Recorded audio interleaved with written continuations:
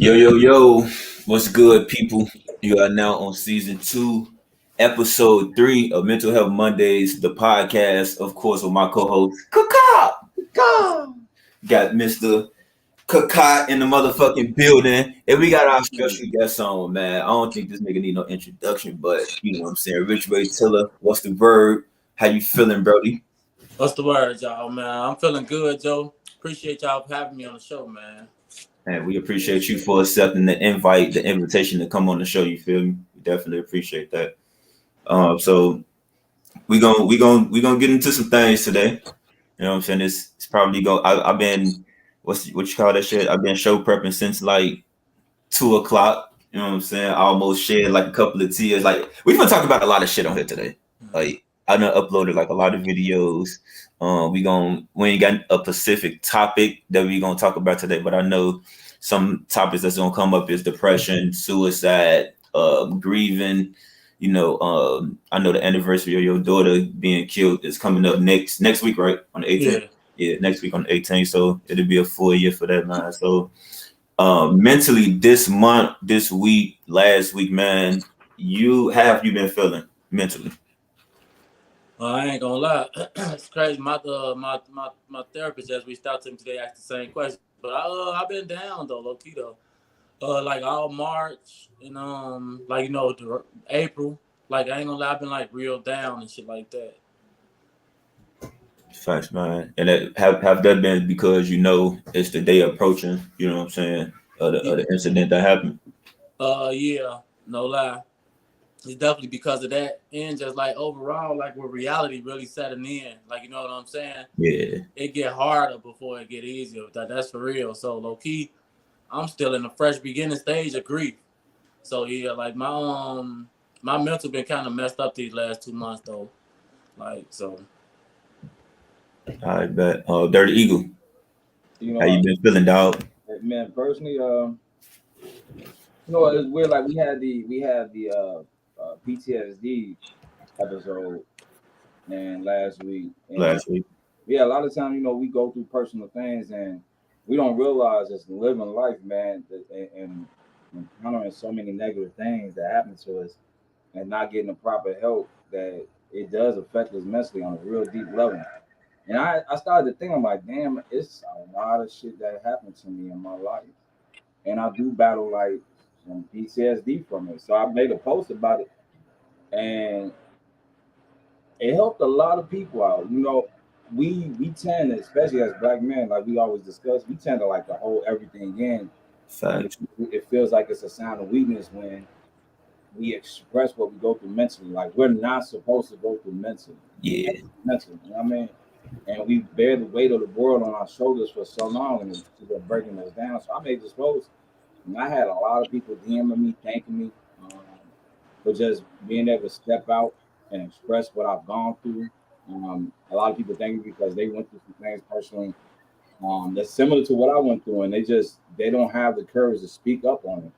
So it was great. I didn't think the post was going to do that, man. It had a lot of people reaching out to me and expressing, their gratitude, the gratification for me stepping out there like that. So, been pretty good. Going through what you go through in life, you still have those days that's good. You have the days that's tough.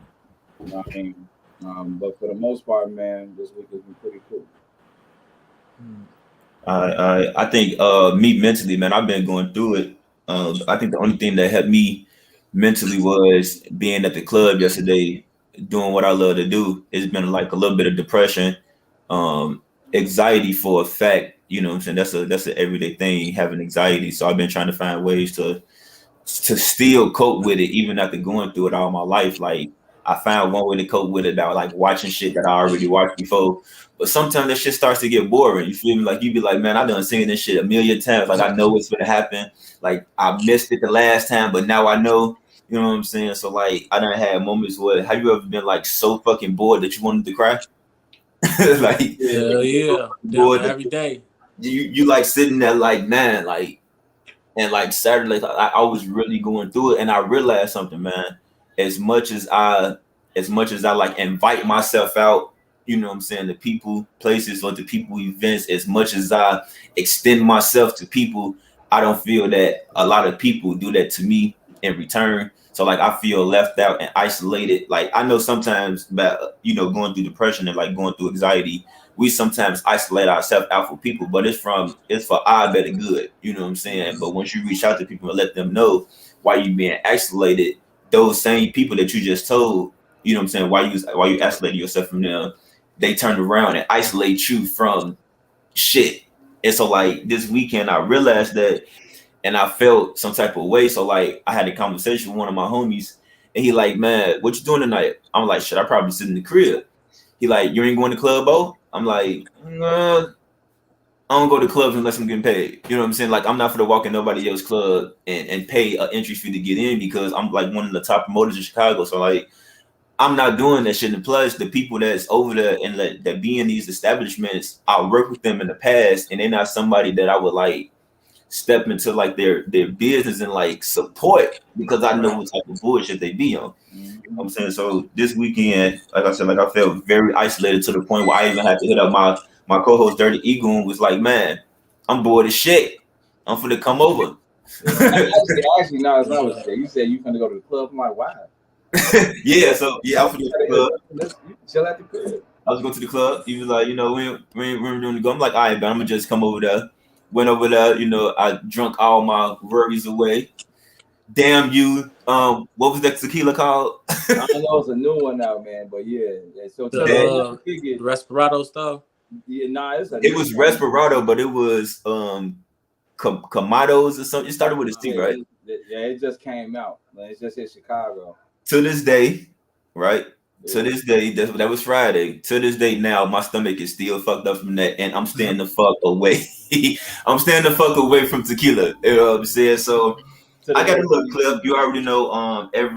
Every time we do one of these episodes, it don't matter what the topic is, or if we don't have a topic, you already know that something in the entertainment industry, somebody in the entertainment industry, something happened to them, like mental health wise, right? So last year, Kirk Franklin and his son had got into it. Franklin had came out and said that his son was like disrespectful. They played a clip and his son was like disrespectful. So like a lot of people had like mixed reviews on it because the son came out and said that Kirk Franklin, was the father he needed to be. And then Kirk Franklin came out and said that the son wasn't really a battle rules of, what a son should do to a father. So, it was a lot of shit going on with that. But now his son is on a new reality TV show.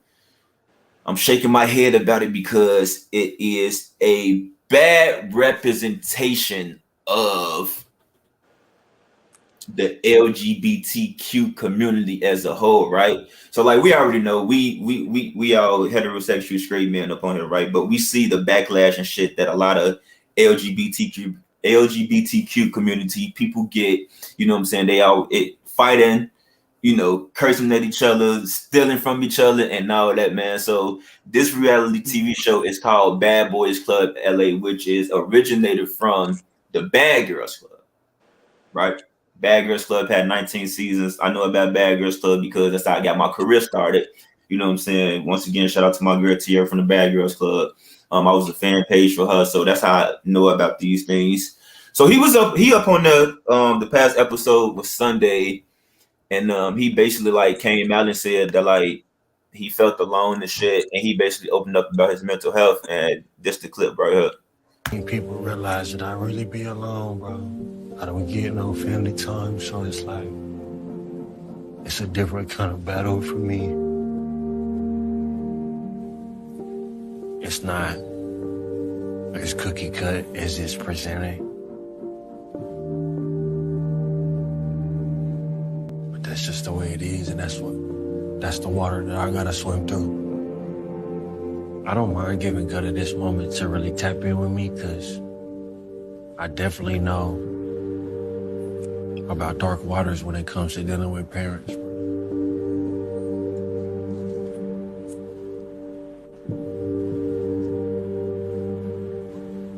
I don't really know what y'all looking for right now, B.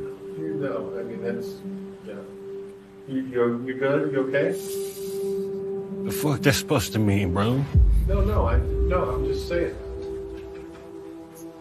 The fuck that's supposed to mean, bro? I just need a minute. So like, that was a lot to watch. You know what I'm saying? Again, that's Kirk Franklin's son, man, and that was in like one of his confessionals. One thing that stuck out to me in that interview, which I hated the most, was the producer dude asking, "Are you okay?" Right after you already seeing that he dropping tears, Right. and that he just opened up about, what I'm saying, growing up with his father and shit. So as fathers, man, y'all watching that, how do y'all feel about that? Honestly, ain't that the same kid who just got in trouble again though? Yeah, He got locked up, right? Yeah, he just got locked up for that's funny. He just got locked up for driving a woman that was murdered car, allegedly, if I'm not mistaken. But like parent for one, ain't no parent perfect. You know what I'm saying? Kids, like every like child has an issue, some type of issue with they parent coming up. You know what I'm saying? So I really can't say how I feel about it because I don't know what led up to his, you know what I'm saying, his actions and why he feel like that about his father and things like that. But at the end of the day, I was still taught to respect my elders and things like that. So you know what I'm saying? Yeah. It's like I can't really say that because I done seen so many people fall out like who have those type of relationships with their parents. Like you know what I'm saying? And shit, by me being, I'm thankful that I have a dope relationship with my mom and my father. So really, I just can't I can't really put too much on that situation because I say you never know what type of father Kirk Franklin was. You never know what type of son he was. So can't really speak on it. Dirty Eagle.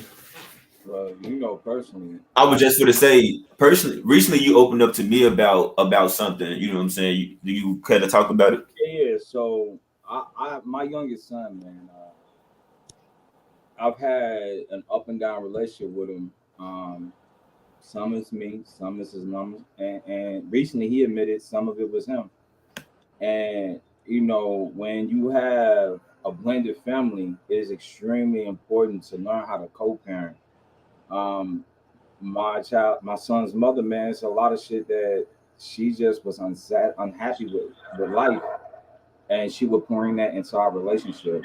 And this is the same woman that you know that I had to lead a relationship because she said she was going to get an abortion. That's what led us to not even being with each other. And that was when she was about 3 months pregnant. And then 9 months she pop up and she's still pregnant. So it was already like, damn, what's really going on? I missed that bonding time. And then as we kind of grow older, my progression get real good in my life, and then shit just wasn't the right for her. And she will hold that shit against me. And I missed a lot of things and a lot of opportunities to spend quality time with my son because the fact that she would just every opportunity she wanted, she would just snatch them away. You know what I mean? And then what ends up happening is when you don't spend that time with your children the proper amount of time, you don't build them real relationships with them. And we just now getting back to a good placement him, but shit, it was in like 3 years since I talked to him. I didn't find out his eighth grade graduation, all type of shit. And then what ends up happening as a parent, you start harboring real ill feelings where you just like, I don't give a fuck. You give a fuck, but you just stop. It's just you don't want to continue to be hurt by the same situation over and over. My wife didn't believe, like she honestly didn't believe I was having issues with my son's mother like that. And so she witnessed it. Like everything's going good. They started building a good relationship. And then one day she decided to snatch the kid away from me again. And I'm just like, you get tired of hurting, you know what I mean? So at one point, I'm like, man, fuck all that. Fuck him, fuck her, whatever. If he come back in my life, he come back in my life. But then some recently happened where he still live out, he was living out west. And he walking and some niggas that he had got into or his little clique got into it with, they end up shooting and almost killed him, almost hit him. Bullet was flying past him, hitting the gate, almost hit him in the head. And then I had to think to myself, I'm like, whatever pride I have and whatever my ego is, what would I really feel like if I would have lost my son and still harbor those ill feelings toward him? And I just said, man, fuck it. Whatever pride I have, I'm just gonna swallow it, and I'm just gonna do my best to be in my son's life no matter what. So if I gotta admit it, I did my wrong, or if I gotta hold everything, it doesn't even matter. At the end of the day, I just want to be in my son's life because there's some people like like Tilla's situation where you don't have your kid. So I'm like, I just gotta swallow my pride and fix this shit. And we've been having a good relationship, since we started to mend our relationship and whatnot. But yeah, man, that shit, you just don't know because the kid could be doing some fuck shit and you get tired. You're like, fuck it. You know what I'm saying? I can provide the best lifestyle I could for you. You're gonna be a little motherfucker asshole. Let's see how real this life can be. And then they put themselves through a whole bunch of unnecessary shit because they want to be rebellious and everything. Or it could be where he told his father about his lifestyle. Dad really ain't feeling that shit because of who he is.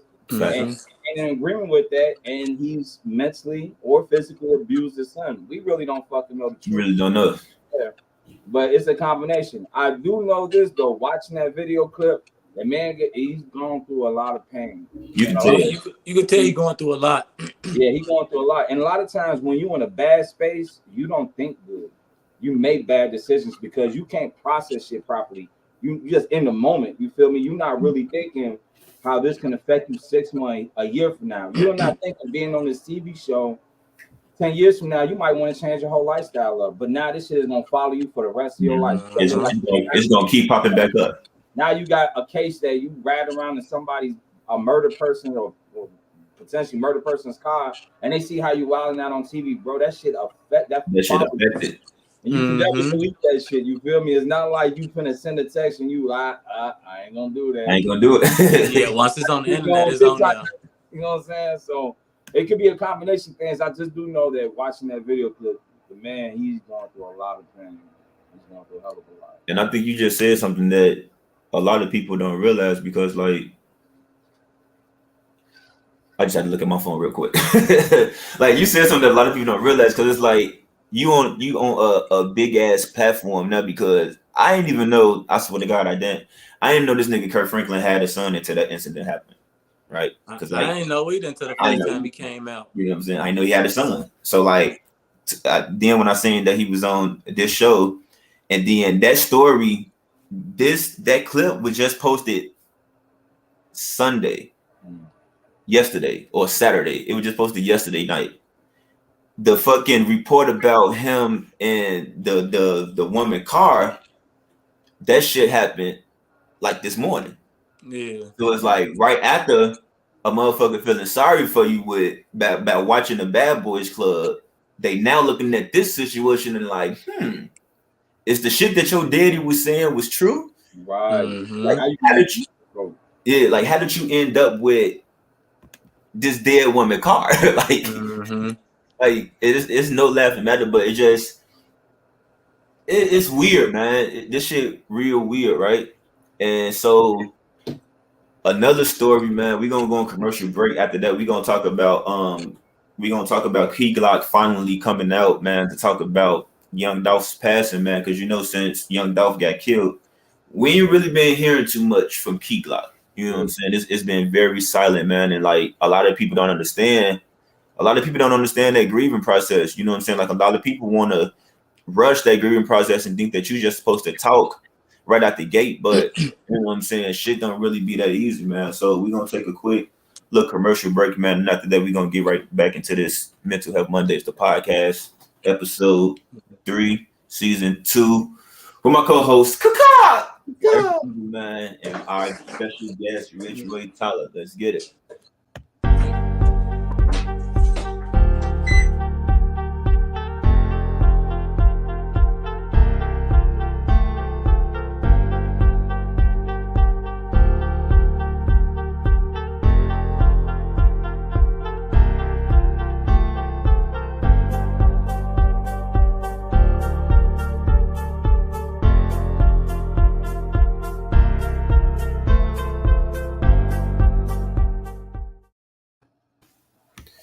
Yo, what's good, everybody? We are now back, season 2, episode 3 of Mental Health Mondays, the podcast.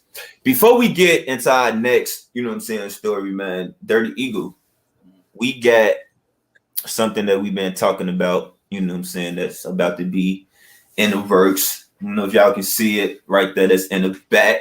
Hold on, you got to turn your light off real quick though. Get up and turn your light off real quick. I know you got to walk a little way, but this is something that we working on. You know what I'm saying? Shout out to Candy Girl, his wife. You know what I'm saying, for it, man. And I can't see it because of the screen. Yeah, you can't see it because of the screen, man. Damn, but it is a glow in the dark T-shirt, man, for Mental Health Mondays, the podcast. We're about to start selling merch for the podcast, man. So for all of our supporters that's out there, man, that's been supporting us heavy, man, y'all can start putting in y'all orders probably as soon as like next week. I don't know. We got to talk to, you know what I'm saying, Dirty Eagle's wife. Talk about her. Talk about what she's doing. Yeah, man, my wife, she actually, my clothing line is Culture Shock, and then she has Candy Girl's custom tees. Anything that she wants, she can create. She's done my clothing line, and actually, I didn't even want to expose my clothing line yet. But she's been going crazy. Even like that, she creates these glow in the dark deals. I'm like, damn, that's cold as hell. Every time we go out somewhere, we end up selling merch, and I'm not even trying to sell it. You know, it's a good thing when somebody walk up to you like, "Hey, bro, what's that?" You know what I'm saying? It makes you feel good. I'm like, damn. So yeah, she's created the whole deal about it. Even customize it to where my name is somewhere on the merch or whatnot. So yeah, shit. So this is one of the things. And the funny thing about this, she just did it on her own. She was just like, you know, I want to do this for y'all. So I'm like, damn, that'd be dope because we need some merch for our program, and a lot of people support what we do. So, you know, I think one of the good things, man, about it is with having merch like that, we able to give back. So we might be able to, you know, pick something, a nonprofit organization where we can get a percentage of sales to different nonprofit organizations when it's coming to mental health. Because it's not about us making the money; it's about us being able to have something, a resource to give back to the different things that we talk about. So we don't want to just, you know, talk about what we do. We want to be about some action. So we might take some money from the merch, donate to somebody that's going through some real personal shit right now. You know what I mean? Maybe they lost their house, maybe they lost all their merch, all their belongings or whatnot. But this is just a key avenue that we can utilize to help a lot more people. So yeah, man, and what's funny is y'all probably seen the logo already, but that is like the animated version of the logo. Like she just took it and just like, hold on, let me see if I got the logo up on her. She just like took it and like amplified the shit. Like this is it right here, and you can see it's on the top right. But she just she just like took the shit and just like amplified it a little bit more. You know what I'm saying? So yeah, we're gonna start selling those very fucking soon, man. You know what I'm saying? Time to get back. All right, so like I said, man, Lil Dolph. Young Dolph, you know what I'm saying? He got killed last year. And Key Glock was like his brother, his best friend, you know what I'm saying? The person that you used to be around every single day, you know what I'm saying? You no longer with them. I think, if I'm not mistaken, it's probably like one of his first or second. No, I think this is his first interview. It's like his first interview since Young Dolph passed and talking about it. And I'm gonna let y'all take a look for y'allself, man. I watched it about 50 times, man, and it like resonated with me, man. Like I was even did my research, of course, and I was even watching like interviews with you, you know what I'm saying, like about Pinky and shit, and I seen, you know what I'm saying, like the hurt and shit and like the grief process that you was going through and the comments and shit that was like on your page and shit. I'm just like, man, people is cruel out here, you know what I'm saying? Like until it's them in that situation, man, they'll never understand. So this is the clip right here, man. The tragic passing of Dolph. Is this the first time that you've done an interview since he passed? Yeah. Yeah. How you feeling? How you holding up? I'm content. I'm all right. When you say content, what does that mean? Like I'm maintaining. Like I'm not getting better. I'm not getting worse. I'm just here right now. Do you remember how you found out and where you were? Never forget. Yep. Where were you at? I was at home. Laying down, actually. Somebody called me in the house. Like, you know how you can hear when somebody call your name, like the tone of their voice, like you know something wrong, you just don't know what it is. Yeah. That's what it was. Nobody can tell me it ain't nothing I can do that'll make me feel better. I'm just be 100. Yeah. None. Yeah. A report on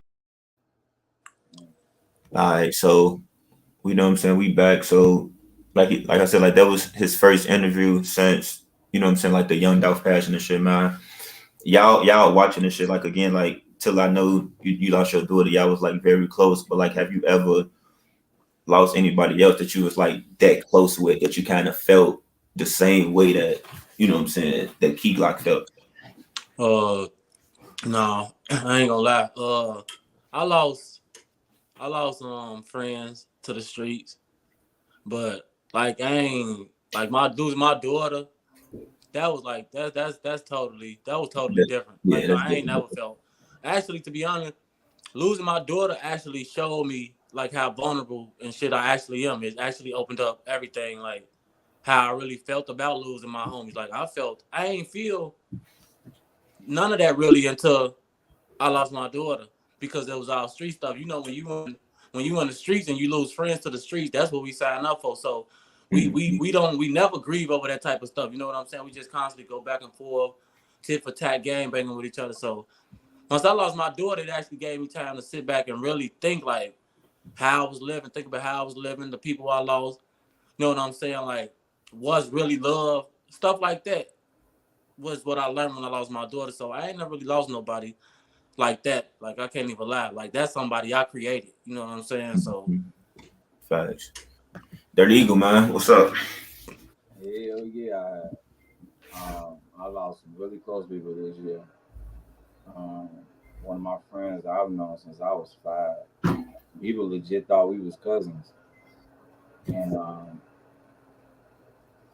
it was a real bad part. Man, he died on his birthday. He was hanging out with one of his homies. Homie gave him some weed, and the weed was laced with fentanyl. And he died like right on the spot. So that was a shock. That I was like kind of messed up off of that. And then one of my guys, who when me and my wife, we were a lot of people don't know we were homeless at one point.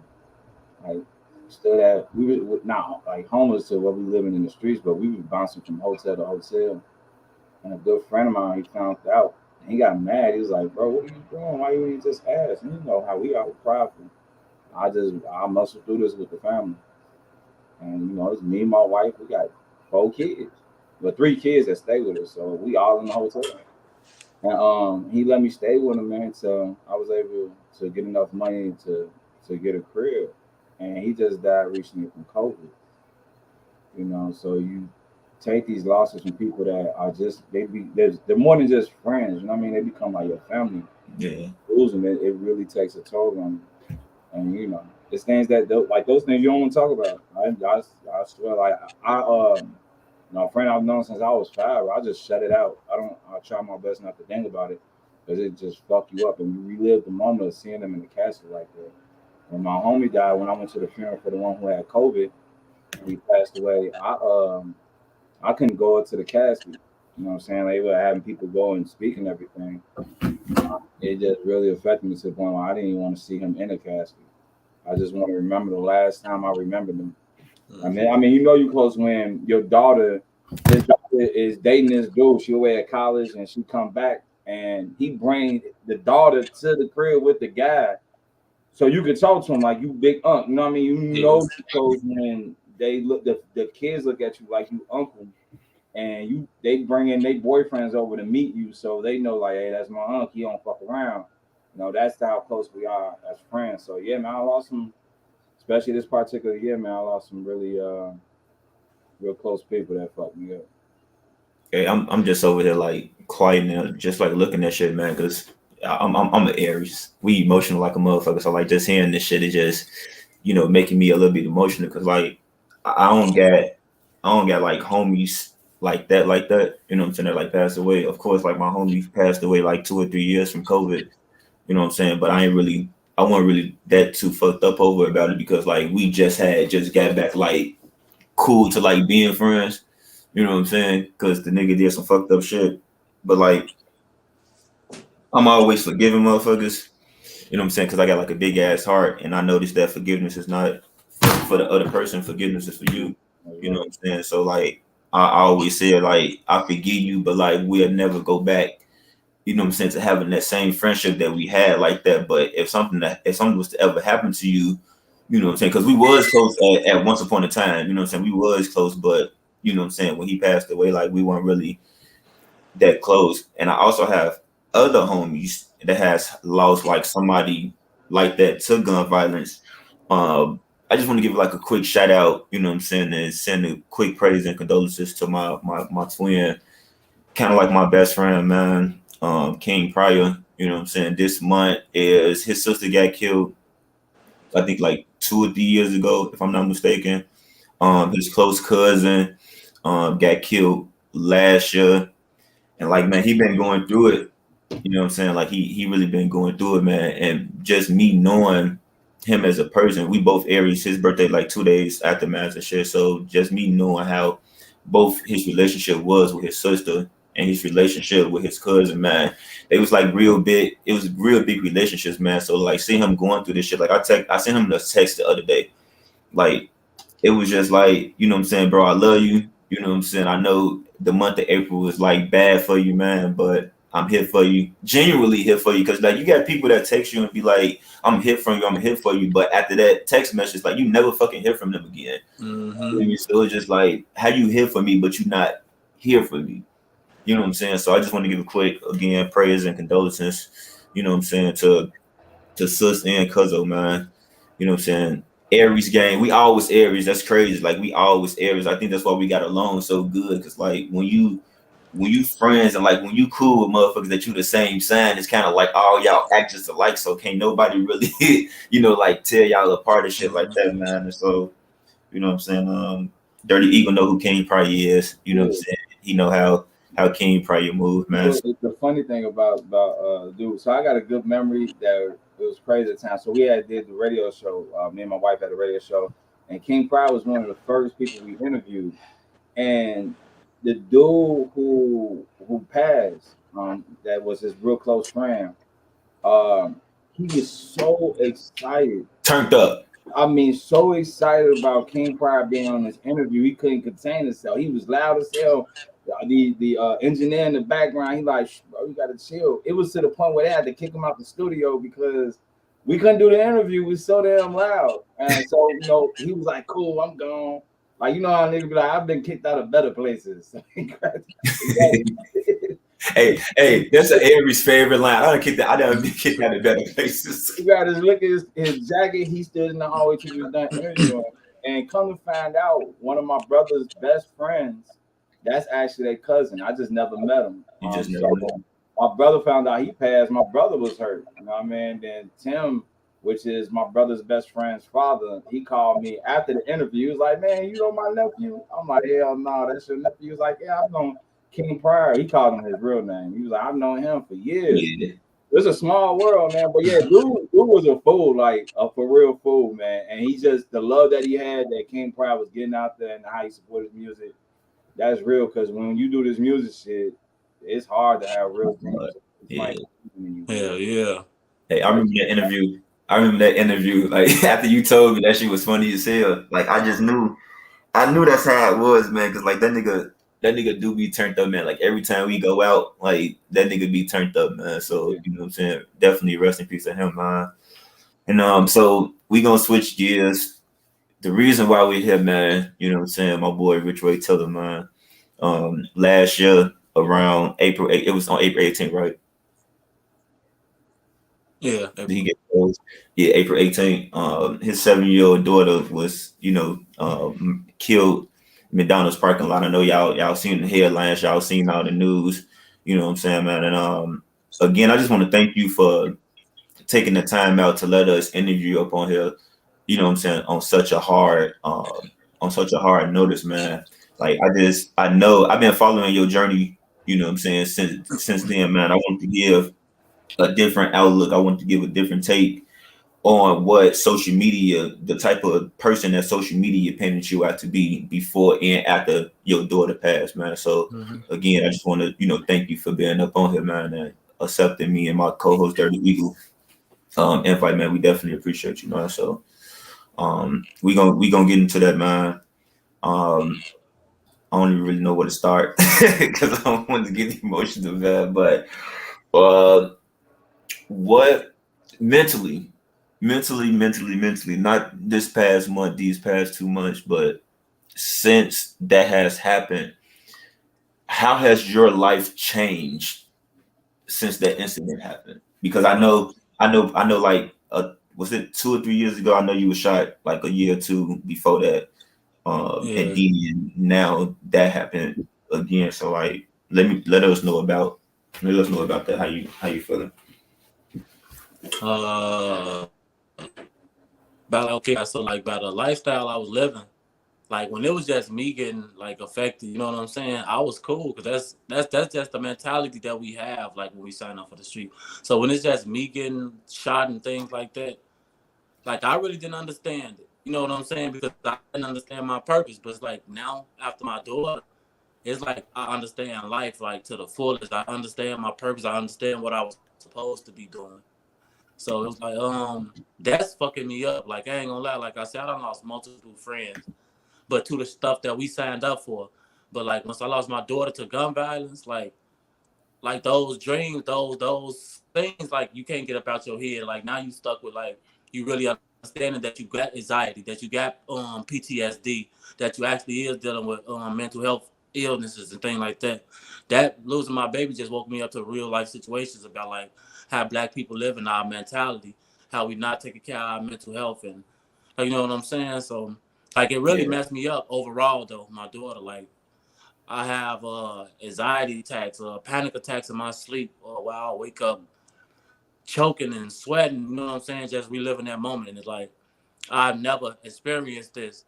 Like even after I lost friends, like it was just like when I lost friends, it was like we gonna keep moving. You know what I'm saying? This is what it is. This is what we signed up for. It's like once an innocent person lose their life to something you condoned in, especially like a child, like my daughter. So like I said, I'm mentally scarred for the rest of my life. So right now, like through these interviews, I use this as a coping mechanism. Like it's a sign of me grieving. Like you know what I'm saying? Like interviews became very therapeutic to me. So I just use these outlets as what I'm saying, a source to get the message out there to other Black men and other people who want to be involved in gangs. So that's the only type of thing that brings me peace right now is knowing that I can help somebody younger than me or somebody going through what I go through. Other than that, I'm depressed all day. If I ain't doing this, you know what I'm saying?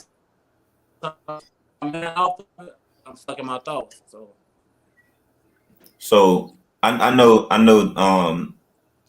know sometimes like doing these interviews, you know what I'm saying? That's why I'm glad I asked you this before, you know what I'm saying? We interviewed you so we can ask the hard questions, man. You ain't really got to go into too much detail about it, man. But like just describe that day, describe that moment leading up to it, describe what you felt, not what you felt, but like just give us a give us a little intake on the day of April 18th. Like put us like, but as Like hard as it may be, you know what I'm now saying? looking back on it, it was like a little cloudy day. You know what I'm saying? It was like very cloudy, kind of like foggy out. Not foggy, but like just a gloomy day. But I had no specific instinct. I had no gut feelings. To me it was just a regular day. Me finna go spend some time with my daughter and take her to my mom's crib and things like that. But before I even went to go get her, I ain't gonna lie, I was like a little depressed though because I had a friend named Spike. He had lost his life in a high speed chase at 18. You know, his daughter's birthday was probably like 2 days prior to the day my daughter passed. So I had took his daughter some gifts and stuff for her birthday because her father's not around, things like that. So that had left me in a real depressed mode for like those first 2 days and stuff like that. So the day I woke up of the incident, I was still depressed about thinking about my brother that I lost. You know what I'm saying? Him not being there with his daughter. He was only 18. Just thinking about how we was living. You know what I'm saying? We had already been to like 5-6 funerals. So you know what I'm saying? So I really was just thinking about that. And so when I get in my like depressed modes like that, I usually go to my daughter. Like no lie, my daughter became like my peace. Like you know what I'm saying? Once your kid become your peace, ain't nothing else that matters. Like and she was that. So anytime I was going through a depressive stage or You know, I feel like I ain't loved by nobody or nobody understand me. I go get my daughter. I FaceTime my daughter. I pick her up. We could go home. We could go to the restaurant. So it wasn't no specific feeling. It was just another day. But like after the incident happened at the McDonald's drive-thru, no lie, I felt empty. Like, no, that's serious. Like I've never felt empty. I never questioned God really until that day. You know what I'm saying? Like, and I just like after the shots and stuff stopped, I just was asking God like, why? You know what I'm saying? I literally sat there for like 2 minutes before I even called my mama. You know what I'm saying? It was like, and I'm just asking them like, why? Even though I already know why. You know what I'm saying? You know what I'm saying? And I know. And I'm just sitting there asking like, what you want from me? What you want from me? Like, but I know what he wanted from me. You know what I'm saying? Like, he done spared me so many times. I've been shot 10 times, 3 different occasions. So me asking him why and what you want from me, it was like, I know you know what I want from you. You know what I'm saying? I need you to change. I need you to get out here and do what you're supposed to be doing, deliver this message. So from that point, like even then after that, like probably a month after that, I didn't have no purpose still. So like when people saying the Facebook Live interview, not the interview, the Facebook Lives, just me talking, like that's because I didn't have no purpose. I was lost. I was still, I wasn't even facing reality. It ain't nothing had sunk in yet. You know what I'm saying? So I didn't have a purpose until a few people just genuinely started hitting me like, man, look, we want to help you tell your side of the story. Even then, I was going on interviews for the wrong thing, trying to get my point across. I still wasn't even trying to deliver the message that God needed to deliver. I was trying to get my point across. But as I go along, this became something I'm falling in love with, getting the message out. I love getting the feedback from young black guys when they tell me like I'm motivating them, and you know what I'm saying. So right now, I'm just trying to turn this pain into passion. One of the interviews that I don't know, it kind of blew me watching this interview because I felt like not so much of like you, but like of like the people that was interviewing you, like the WGCI interview. Yeah. I feel like that interview was given to like really not listen to you, but to judge more so. And so like after seeing them and like Yes, seeing the right. comments and shit, man, I was just like, people got to understand that this man just like lost his daughter. You know what I'm saying? A lot of people was commenting on you describing, you and your daughter, y'all little argument that y'all had back and forth, and you kind of, you know what I'm saying, smiled at it. It blew me because like a lot of people don't know that when you laugh about something, first of all, you reliving that moment because that moment was funny to you. It was a good moment. And then secondly, like you kind of laugh to have that pain. You know what I'm saying? So, when you were saying like these comments and stuff, man, like what was like not really so much as like what was going through your head, but how did you not let that affect you after already being, you know what I'm saying, affected by so much? Honestly, it's one thing about me, social media, it never made me or broke me. Like, if a person want to take it to social media, I'm the type of person like, if we gonna go on social media, we gonna go all out. I'm willing for you to say everything you think you know about me, whatever, anything I think I did that I feel like nobody know. I'm expecting you to know that shit in error. So social media never made me or broke me. That's why I was trolling back. That's why people was looking at it like he don't care. Now I was just like, I care. It's just y'all not finna break me. You know what I'm saying? I'm not finna ever let y'all be the reason I'm up. Like if I'm gonna get up here and cry, it's because I want to. It's because how I feel. I'm not finna let the world make me do anything, make me feel like I have to do anything. You know what I'm saying? Tell me how I feel, because nobody's inside my mental. Nobody feels how, like, you know what I'm saying? Nobody feel how I feel. So it never was getting to me. But as time went on, certain comments I couldn't just like look past, like, because it was truth. It was like, okay, your baby, people were saying like disrespectful stuff like your baby dead, it's your fault. Woo, woo.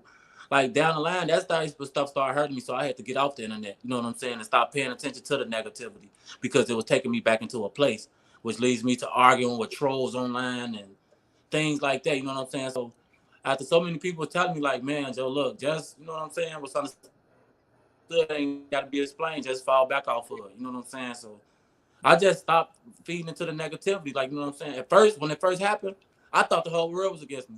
because that's what I was looking for. The same thing you talking about the comment. I wasn't even looking at the people who was like, we love you, we understand. I didn't even see none of that because I was so focused on what the narrative was, the people bashing me, trying to defend myself. So once I learned how to, like, you know, just push all that to a side and, you know what I'm saying, understand what my baby want me to do, that's when I just stopped blocked out of everything. Like, Facts. Dirty Eagle, you got something, bro? Yeah. You know, I know you talked a little bit earlier about how, you know, the interviews really truly helped me get in a good mind space, and the majority of the time, you know, you're kind of in a depression state.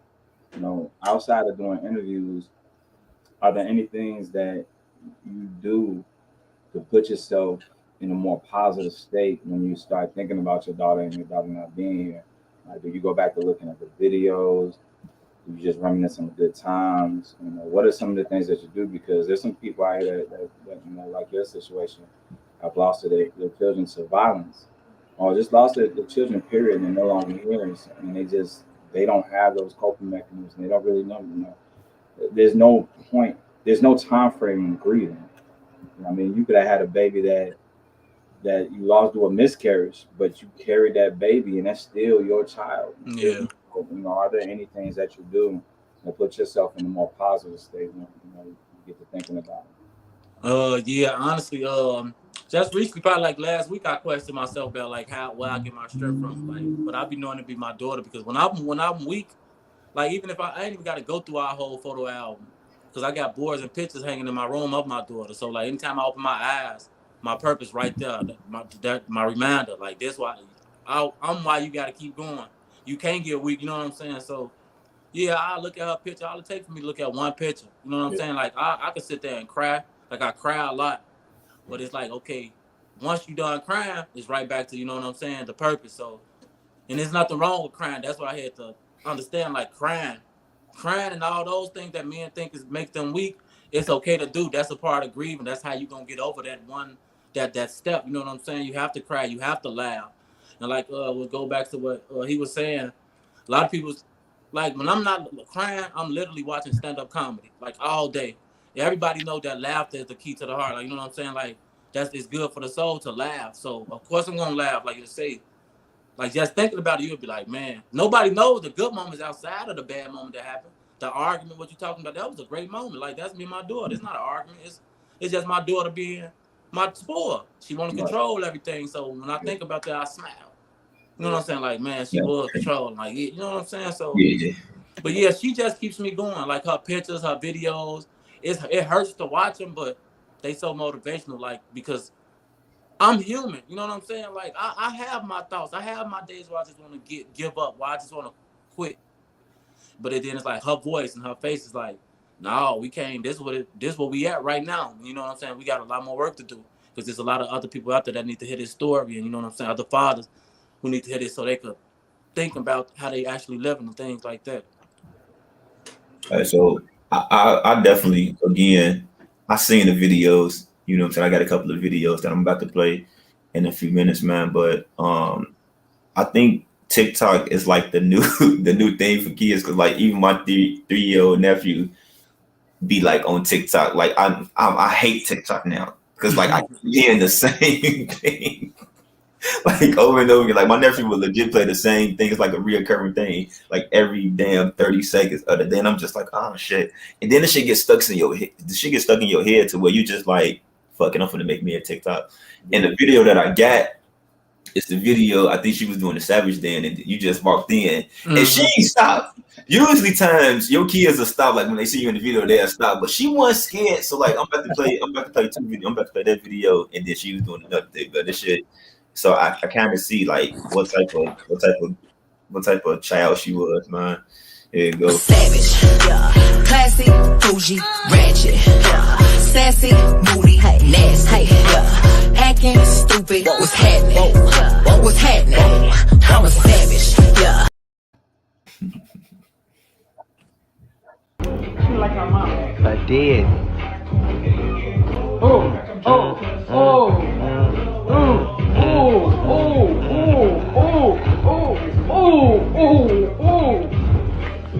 I done run number 1, join number 9. I done ran out of one. Now I'm throwing 5. Doing 3 for the guys. TB, how you get that? Bond number 9. Never be thirsty, don't respond on time.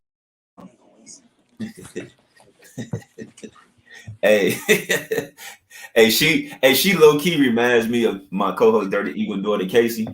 Don't look at Casey. Like TikTok. Yeah, she loved that.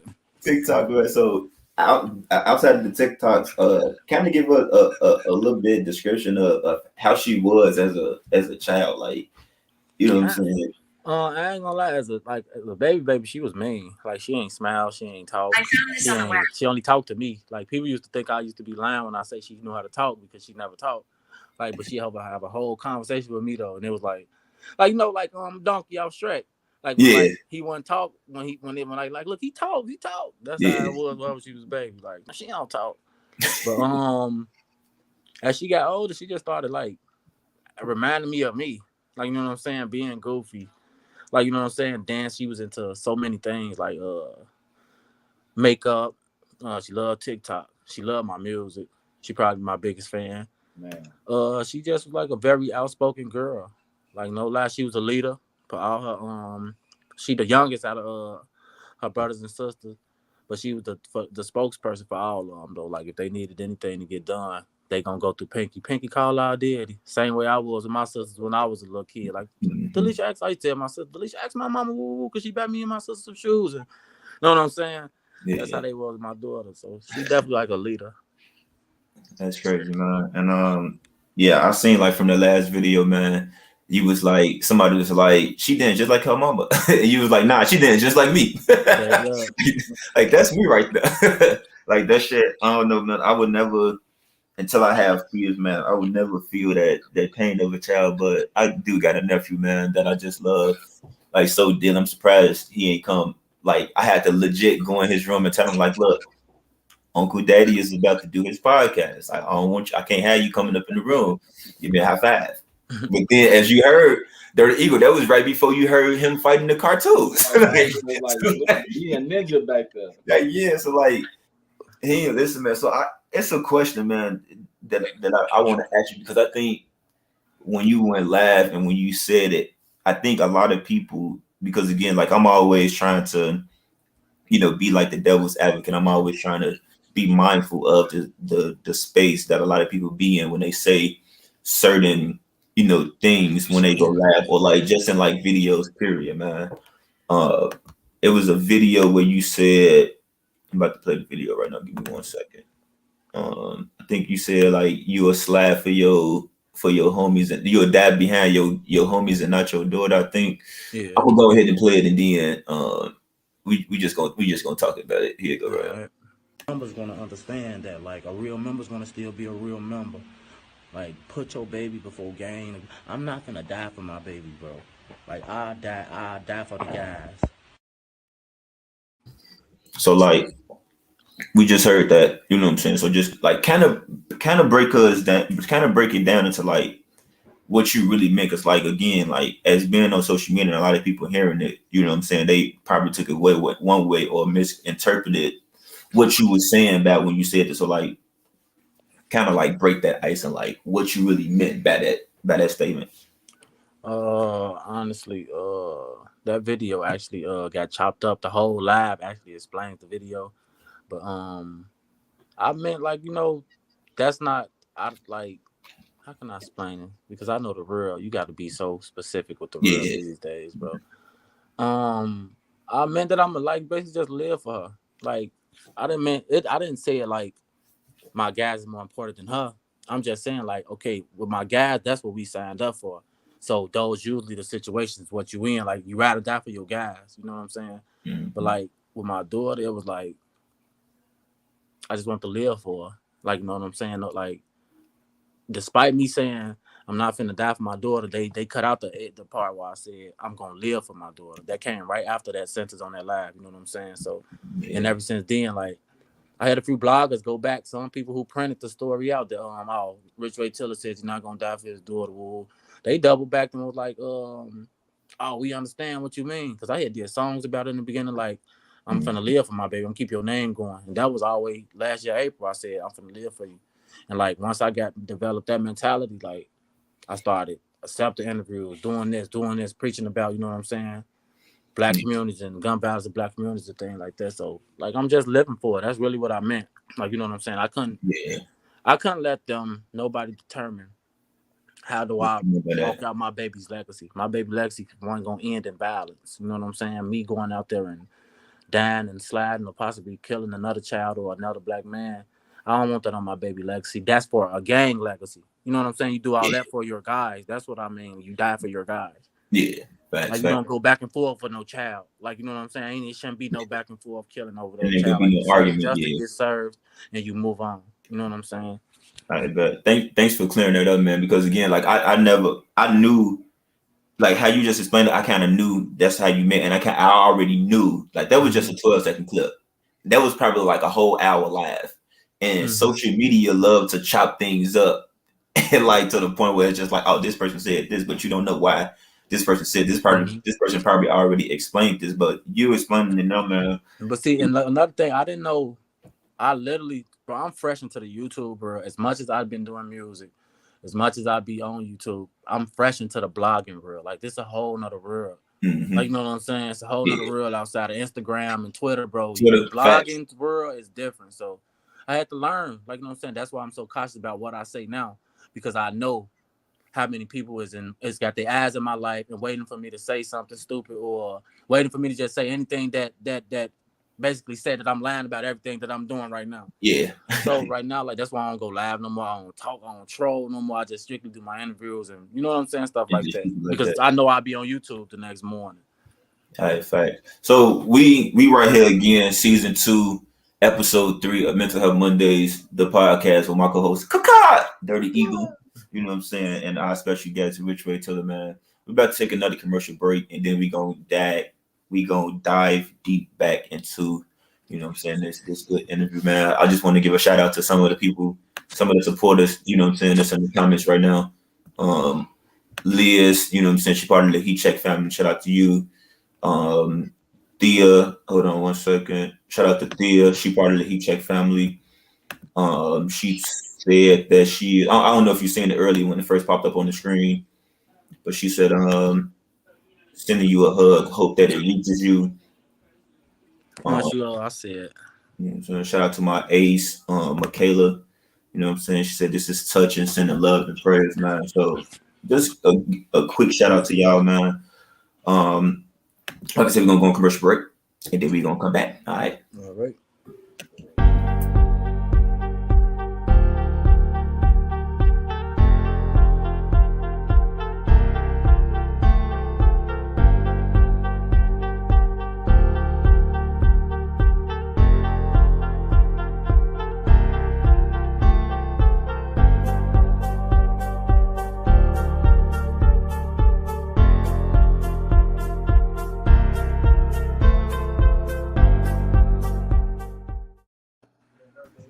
Yo, we are back.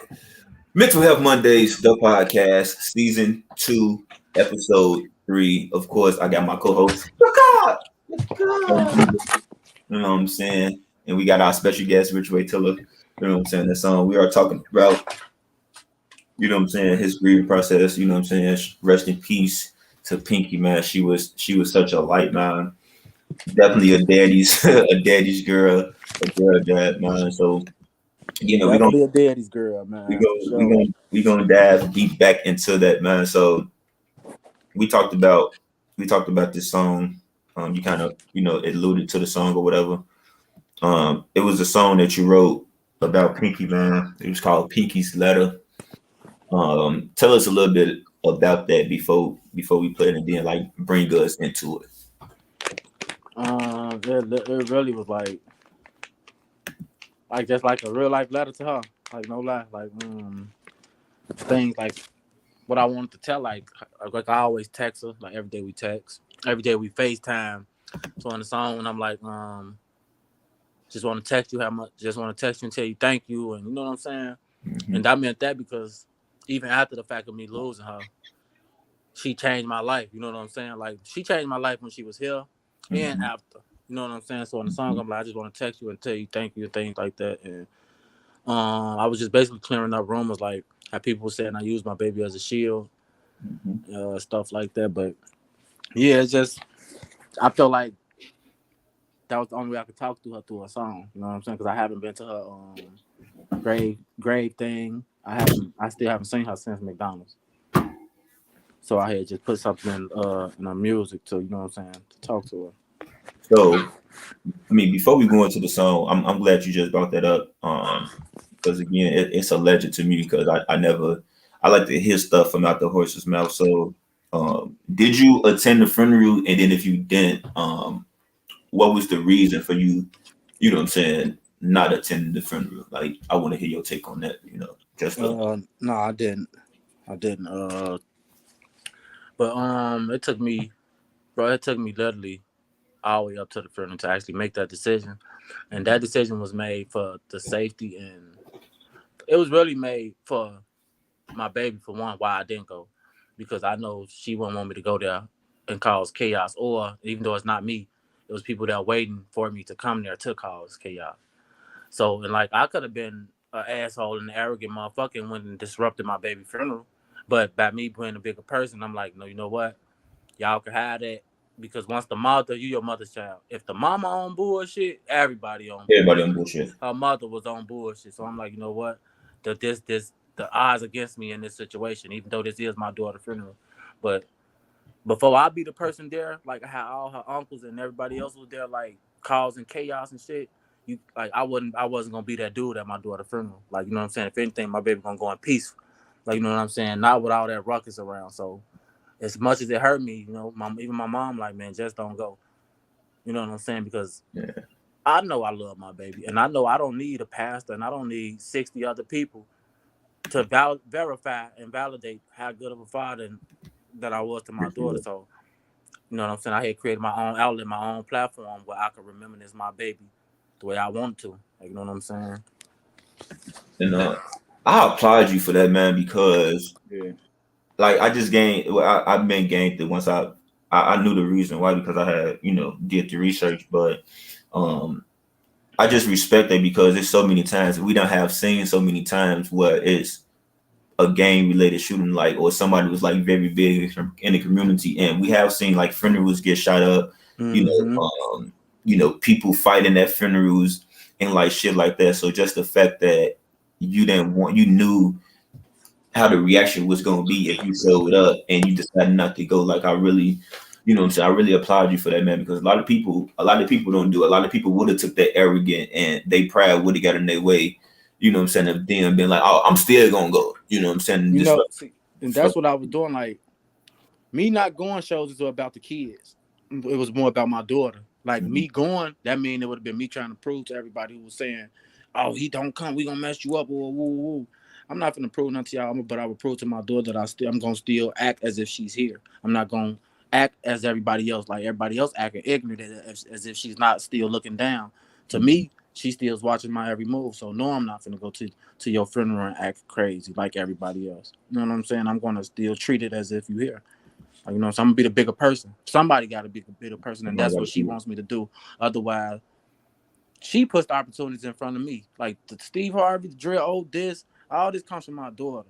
Like, and I'll be a damn fool to not utilize the opportunity she's giving me. You know what I'm saying? Like she got a mother. You know what I'm saying? I love my baby mama. You know what I'm saying? I pray for her, but her mother don't got the platform. You know what I'm saying? She gave it to me to do what I need to do. You know what I'm saying? So that's just what I'm doing. Like, and once I came up to that with that theory, like, I don't need no past. Like, you can remember this show. You'll do it through all these. I got all the pictures, all the videos. You know what I'm saying? From her being 0 months to 7. So it's like I just utilized every opportunity she put in front of me, and I'm gonna continue to utilize them. You know what I'm saying? Until the message could cross, until it reach however many people it could reach. Facts. All right, so again, we gonna play Pinky's Letter. You know what I'm saying? Go ahead and introduce the song, and then we gonna let it. It's a 2-minute song, so you know what I'm saying. We can go do we need to do in like 2 minutes, and then by the time we come back, it'll be done. Yeah, this Tilla's Pinky Letter, tribute to my daughter, just to express how I really feel, and you know, how I always felt about her and how I'm always gonna feel about her. All right, let's get it. Nigga told me never turn my back on a nigga, man. Suave.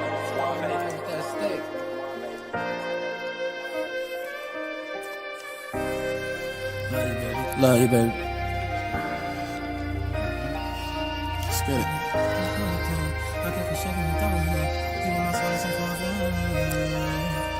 Why do love start off so good, but in the end turned out so painful? 7 years I got to know you, for them few years I am grateful. Ain't questioning God, but I question God. Today you left, like why he take you? Got me wanna have another child, and again I don't, cause I can't remake you. Changed my life so much, I love you, just wanna taste and tell you thank you. Most I ever did was I'll let you can raise my hand and spank you. Pink thing, like why you leave me? Who told me that was Eve? You showed me these streets greasy, now I know Ray need me. They know that I adore you, give my life up for you. Them bullets were not for you, I'm drowning in my sorrow. With you not here, some nights don't get to.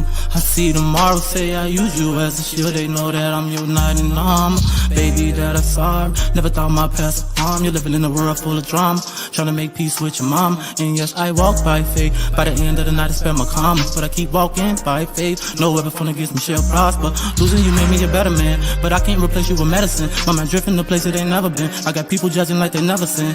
I'm trying to become a better man, but I can't keep doing the devil's dance. I can keep shaking the devil's hand. He want my soul and chase for advance. If I kill myself, label it suicide. But me knowing me is a sacrifice. Thoughts of killing myself not to make the world happy. Just thoughts of me and you in the afterlife. They say it's my time life on TikTok, so I go let Pinky do a TikTok in the front seat like baby sit back. Got some McDonald's, have a chit chat. Daddy give me this, daddy get that. Call for a charge to your iPad. It was never frowns, we was all loud. Just recently, now it's all bad. Reality turning to memories, but I still feel your soul and your energy. You never left, you just into me to make sure that I stand on your legacy.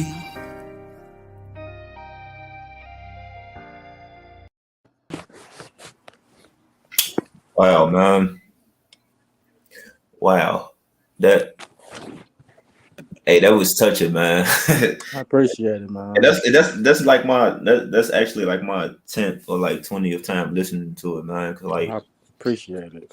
I love how artists turn their pain, turn what they going through into their music, and that's what makes artists dope and great creatives, man, because they can turn their pain. And it's like, again, like you deal with so much mental health that your only outlet is music. Your only outlet is to do these interviews. You know what I'm saying? So that's, I'm speechless, very eager. Man, when I heard the song, I just was stuck. And I remember when Zoe sent it to me, I was doing something in the crib, and it made me stop. Like, just sometimes you just kind of listen and it's in the background, you're like, whatever. Man, I'm listening, I'm grabbing something out of the fridge. I put it back in the fridge. It's like, hold up. Like, you can really feel your pain. And one of the things I always tell Zoe, because I'm an artist as well, us having the ability to express ourselves through music, it's almost like having a therapist, like your own personal therapist. One of the big things about having a therapist is you giving yourself permission to express yourself. And us being able to be artists and get that out, no matter what we're going through. It might be an issue with our baby mama, it might be an issue with our kids, it might be a situation like what you went through where you lost your daughter. Being able to just express that in words, it does an immeasurable amount to you mentally. It just really helps you. And then you can sit back, and that could be one of the things that you can sit back when you're having a tough day. You can go back to that song like, you smile about what you created for your baby. That's a fact. Facts. I don't know, man. Yeah, like I said, like that shit touching, shedding a couple of tears right now, but it's cool. You know what I'm saying? Real niggas cry. But yeah, man. So another interview that you did, man, and why I'm really calling you my brother now. You know what I'm saying? Because I felt like that this interview just opened up, you know what I'm saying, so many layers to who you are outside of the life that you used to live. You did an interview with Steve Harvey, man. You know what I'm saying? Congrats upon that. That's like one of the biggest. That's your daughter, you and your daughter's story was so big that it reached Steve Harvey. You know what I'm saying? A lot of people, a lot of stories that happen in Chicago don't even reach the shade room. So for it to reach Steve Harvey, man, it was real big. Tell us your experience being up on that show, man, because you opened up. Like I'm talking about, you opened up a lot, bro. Like I'm like, man, I've been watching this dude live. You know what I'm saying? Just going back and doing the research, and that laugh was like very different. You know what I'm saying? Than the interview. You know what I'm saying? So just go into details and talk about that moment, like when you got that call from Steve Harvey. Like how did that process go? Honestly, I was that actually was that my first interview. I think that was my first. No, outside WGCI, yeah, the WGCI interview what caught their attention. The same stuff we talking about right now. They heard me talking about mental health and stuff like that, and one of his co-producers had reached out to me on Facebook and Instagram. And it was so crazy because I almost missed it. The message was sitting in my inbox for probably 3 weeks before I actually opened it. Cause you got your sometimes on Facebook you got to go to your message there. Sometimes your message comes to your Filter spam. request. Yeah. So I go, like I say, I was so focused on the negative at the time, I wasn't even checking for the people. I'm buying past the message that say, "Oh, we love you, man. Just want to reach out." I'm just looking for all the strictly the BS type stuff. You know what I'm saying? But Yeah. I had clicked on this like, man, yo, co-founder from co-producer from the Steve Harvey Show, man. We want to get you to tell your story and stuff like that. But I was excited and stuff. But when I got there, I couldn't be like I was fresh. I'm fresh to media. You know what I'm saying? So it's certain things like when they was asking me, "Oh, what do you want from this? What do you want to happen after this?" You know what I'm saying? I ain't really know the correct answer that I was supposed to say. Like, you know what I'm saying? I was saying personal stuff. Like, so when they was asking me like, "What you want to gain from this?" At first, I was telling them stuff like, "Man, I really just want my daughter back, man. I just want to woo woo."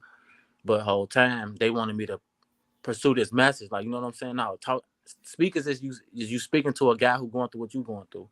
So, you know what I'm saying? I had to learn like what they actually giving me this opportunity for, because it's no longer about me now. You know what I'm saying? I had to turn my pain into passion and to help the next person. My situation already happened, so now it's like they want me to talk to the people, and I had to like the day of shooting. It was the hardest day for me. No lie. Like I was in there crying because I'm not rehearsed. You know what I'm saying? I'm not no rehearsed dude. But I had to understand that it's not you rehearsed. It's you literally. It's not about you. It's about the next person. You know what I'm saying? The damage already done with me. So now I got to get out there and talk. You know what I'm saying? To the real. So, but the experience was dope. It just gave me hope. Like, you know what I'm saying? It opened doors to a lot of other outlets. I did a lot of other interviews after that. A few people reached out to me after that. You know what I'm saying? I came in contact with Tubi TV after that want to film like a little short series movie thing. But just experiencing this, it just showed me that I can get used to living like that. You know what I'm saying? Like that, the getting chauffeured around, you know what I'm saying, and things like that. But even though none of that'll bring my daughter back, just being there showed me just being able to shake $100 million man hand and to constantly be around people who have these type of businesses things going. It just let me know that I could be somebody like that. You know what I'm saying? I could be somebody just influential or someone's mentor. Like, you know, so. Facts. All right, so we got that clip, man. We're gonna play that clip, then we're gonna talk about it. All right. And that's all me.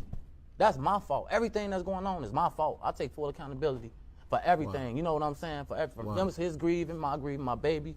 I take full accountability. And to anybody who living how I was living or think they want to live how I was living, it's not the way. Honest to God, because especially if you have a child, because I haven't felt no love that I felt that little girl gave me since she's been gone. What do you say to this though? I talk to these cats, right? So I got these kids, I got this girl, I got to do what I got to do.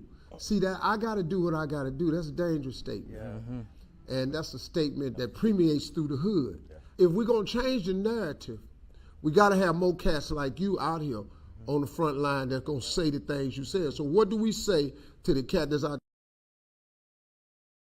All right, so once again, you know, that was the clip from Steve Harvey. I didn't even catch I think I did catch the end of it. But like talk about that clip, man. Talk about that moment. In that moment, how you was feeling. Because to me, like it looked like that you wanted to cry a little bit, but then you was like, nah, I gotta be strong. Like, real, bro. That's what people don't know. And it's so crazy because I had just told somebody, like, any person who with common sense who could see like how blank my eyes is, how blank my stare is, how like empty I look. Like, you know what I'm saying? You can see the hurt. Like, it's a mask that I had on. It's still a mask. It looked like I'm not, like I'm okay on interviews, but that's just because I have to be strong for the camera. You know what I'm saying? Yeah. But yeah, on the interview, no lie, just like I kind of wanted to scream. Like, you know what I'm saying? Like, because I'm so used to being like attacked in this situation. I'm so used to being attacked in this situation. So I'm coming to everything kind of offensive because I'm like, man, I don't trust media. I don't trust nothing. Like, you know what I'm saying? Because what I got from it is to tear another black man down. You know what I'm saying? That's what I was getting from it. Like, because it seemed like everybody who wanted to interview, like especially the big people, like WGCI, that's huge. Like, y'all are #1 radio station here in Chicago. So for y'all to get up there, the 2 black men and the black woman, and just to kick another black man down who just watched his daughter get gunned down, like, it just showed me like, okay, most people just want a narrative. Most people just want a story. Most people don't genuinely give a fuck. You know what I'm saying? It's the people who ain't even got all the subscribers and the viewers who genuinely care. It ain't the people who got 100,000 subscribers. They get a check. You know what I'm saying? They'll play any type of clickbait. But yeah, that interview, it's just like I had to be humble. You know what I'm saying? I couldn't treat it like any other interview, and that's what they was trying to get me to do. Like when I was just saying, like, I'm not rehearsed, but I had to really understand like what type of opportunity that was. Like, you know what I'm saying? I can't get up there have to remember, like, you can't get up here and curse. You can't say niggas. You can't say, you know what I'm saying? You got to really talk presentable. And like ever since I left out, I just been wanting to learn how to hold a nice conversation though. You know what I'm saying? Things like that, and stop saying, you know, the words that we be saying on like interviews, like steady saying, like, you know what I'm saying, and things like that. It just made me want to start doing this thing in a more business matter. Like, you know what I'm saying? So it's been more of a good learning experience for you because again, like you said, like I watched the WGCI interview and then I watched the Steve Harvey interview, and you could tell like your interviewing skills got way better. You know what I'm saying, from both of them interviews, man. And sometimes life is all about, you know what I'm saying, a learning process. Like a lot of people would take your situation and they would fold, they would give up. You know what I'm saying, but you didn't do that, man. So what would you tell somebody out there that's going through the type of situation that you went through? I ain't gonna lie, you gotta find something to believe in. Cause I ain't gonna lie, like without me believing in God, for one, like, people have to understand what I've been through. I done been to the penitentiary 3 times. I've been shot 10 times. I done been in situations where I couldn't call on nobody but God. Like, you know what I'm saying? So for one, you gotta find something to believe in and fully believe in it. So, and just always know, like, with God, anything is possible, and without him ain't nothing possible. Like, and he ain't gonna never put you in no situation that he feel you can't get out of.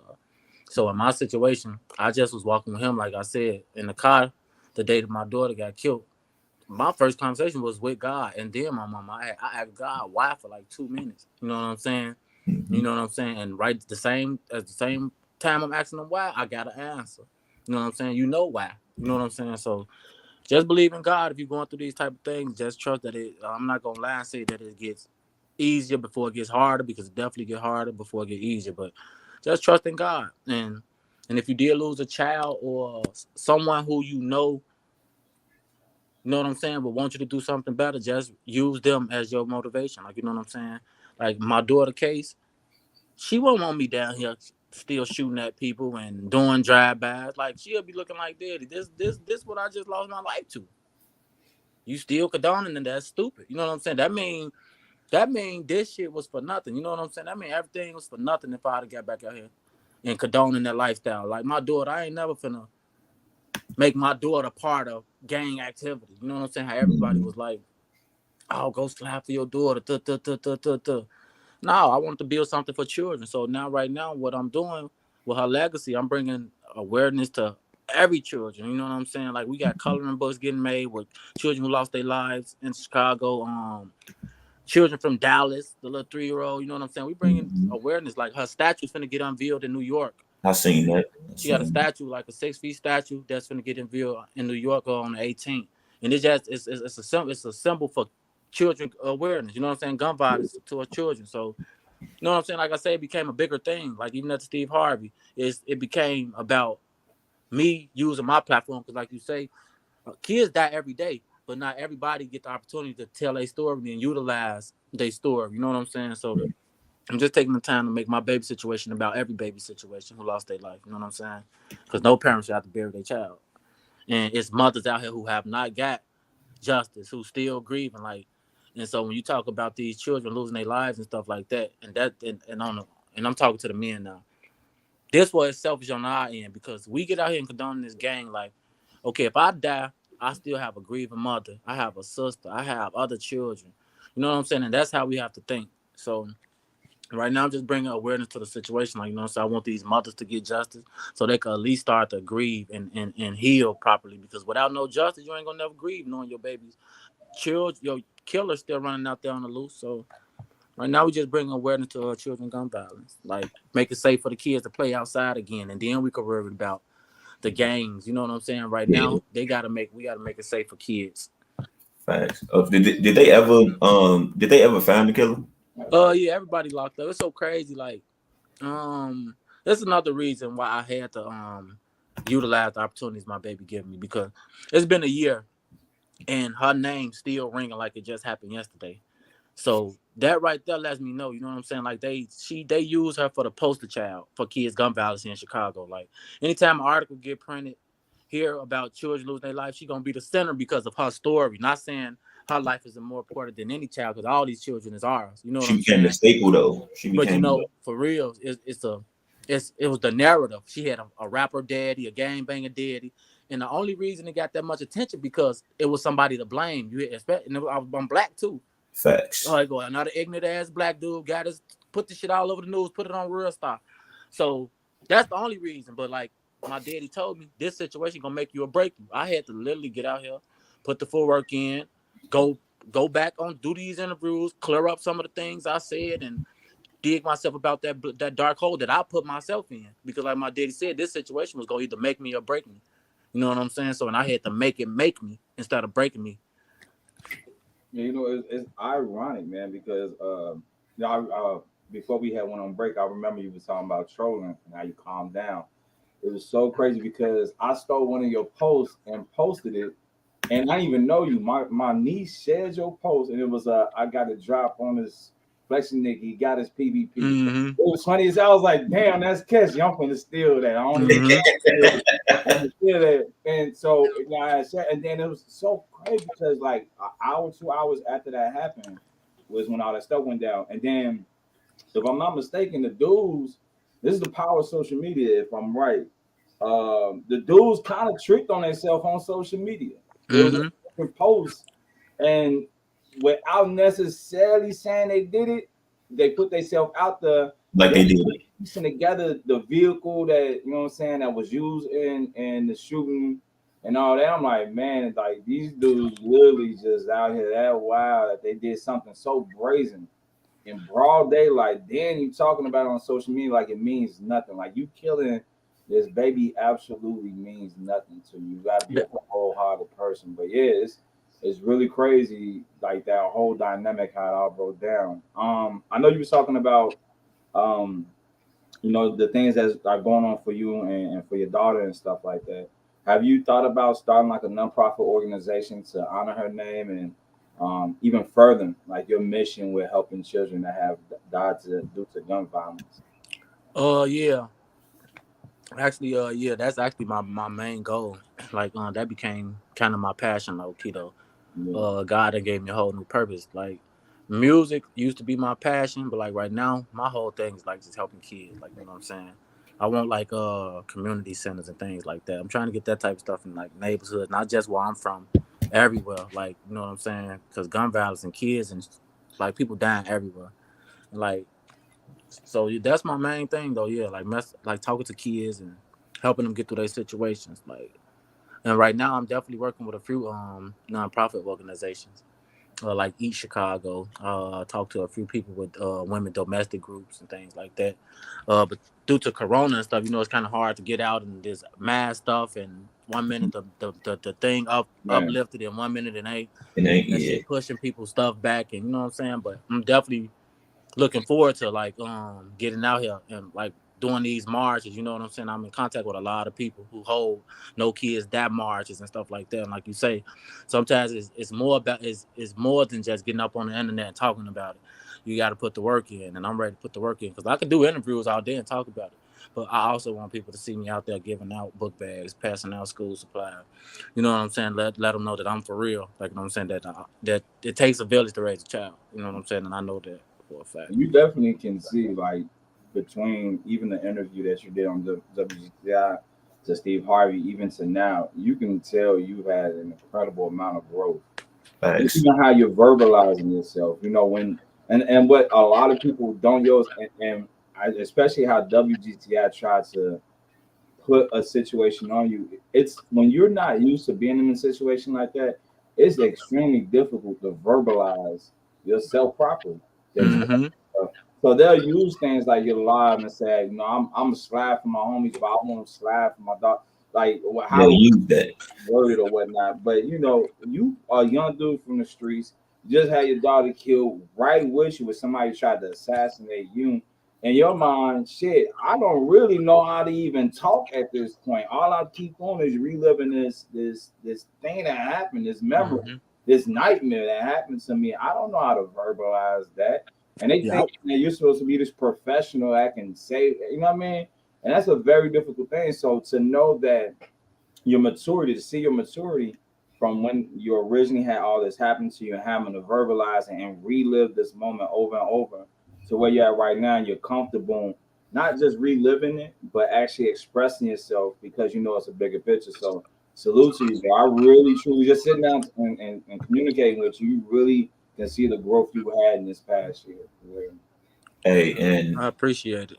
I seen something on a GCI interview that, again, like, it blew me because even in that moment, you was like taking accountability for, you know what I'm saying, like your life up until that moment. And people were still like trying to twist that narrative and still try to tell you, like, it's bad enough that I know this and I know, you know what I'm saying, my life has kind of led to this shit. But then it's another thing when some people that you don't even know still try to come in and still, like, how the fuck you gonna put this extra shit up on me? But then you still handled that way because you were still able to, again, go to Steve Harvey, and now you're on a bigger platform where not just Chicago people hearing it, but the world hearing it and being like, this man really trying to change. This man really, accountability is the biggest part out of anything that you go through life. And if you can't take responsibility for the shit that you do, then it's no reason that you should even try to, you know what I'm saying, make excuses for the shit that you do. You know what I'm saying? So no lie, not to cut you off, accountability. Like the co-host who I met through the Steve Harvey thing, that's what she told me. She like, man, she heard, like, because I'm WGCI. Everything we talking about, I talked about on WGCI. They just weren't trying to hear it. I talked about mental health on WGCI. I told them I wanted to talk to kids on WGCI. Everything I'm doing right now, I told them when it first happened, this is what I was going to be doing, and I'm doing it. You know what I'm saying? So it was like the lady from the Steve Harvey show, accountability, that was the biggest thing. She like, man, I watched your WGCI interview. I see you take accountability. It's just you offensive, and people want to see that you vulnerable because the way you coming off, it seems like you're not taking no accountability.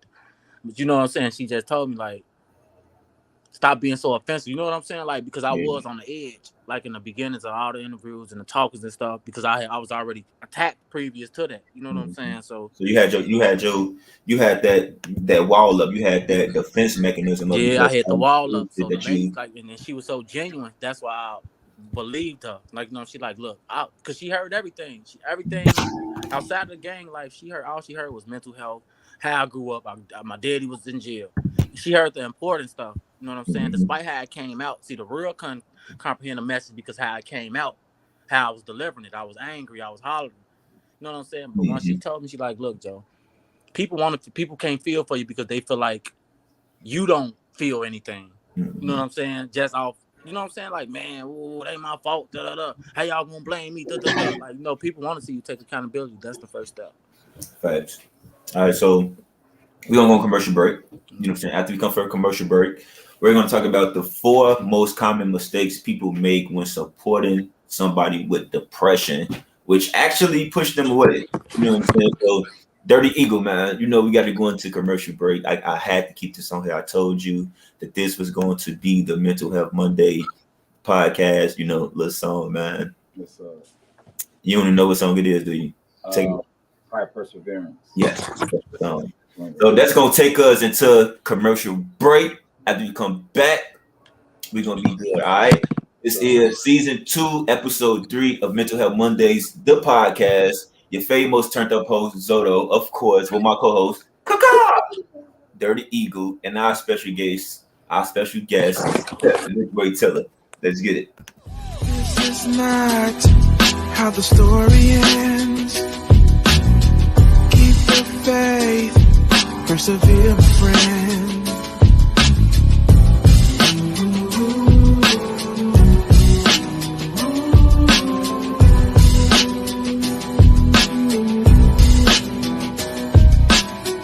This is not how your story ends.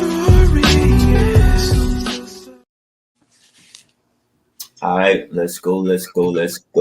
We're now back with season 2, episode 3 of Mental Health Mondays, the podcast with your famous turned up host Zoto. I don't know what's wrong with my co-host. That nigga probably gonna take a break, but we on here with our special guest, Richway Tilla, man. Hold on, let's fix this shit. I bet. There you go. So, Dirty Eagle, you talked about this song last week. Let's talk about it again, man. Even though it did give me a copyright claim, but that's a good sign because that's how you know that shit is registered. That's how you know that. Can I ask a question? What it mean when that pop up on your YouTube copyright claim? All right, so whenever you have a copyright claim, somebody owns the copyright of that song. Mm-hmm. So there's ways to get around it. If you have a lease for it, you can let them know, hey, I got a lease for this song. I have permission to create this song and put it on this platform. So you can get around that. I've had to actually reach out to a producer once because I have a video that I got like 60,000 views and they try to put a copyright claim against it. So I reached out to the producer. I emailed them. I sent them a copy of the lease because these producers, when they lease and they give you exclusive rights for it, there's a lot of different people that they get buying them or leasing their beats or whatnot. So I had exclusive rights. I'm the only person that's supposed to have the rights to this, and nobody else should be purchasing it. What's going on, man? I got a copyright claim, and it's just because he registered on his YouTube page, and then he forgot to release the claim. So I just reached out to him, and they took it off. A lot of what ends up happening, and especially how the new YouTube format is, when you go to register a song or a video, it automatically goes through that system to see if anything is similar to that. So if there's the beat, and it's all computerized. So if the beat is similar to anything else, it goes into a deeper dive. And if it sounds like, or if there's words in there that already been registered with that video, then they'll know it's a copyright claim.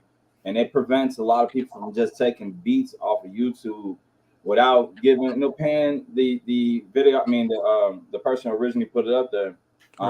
Without paying them, get the $25, $50 or $200, $500, whatever the price is for the video. So what it is, they won't necessarily take the video down, but every view you get, it'll go towards the original content created.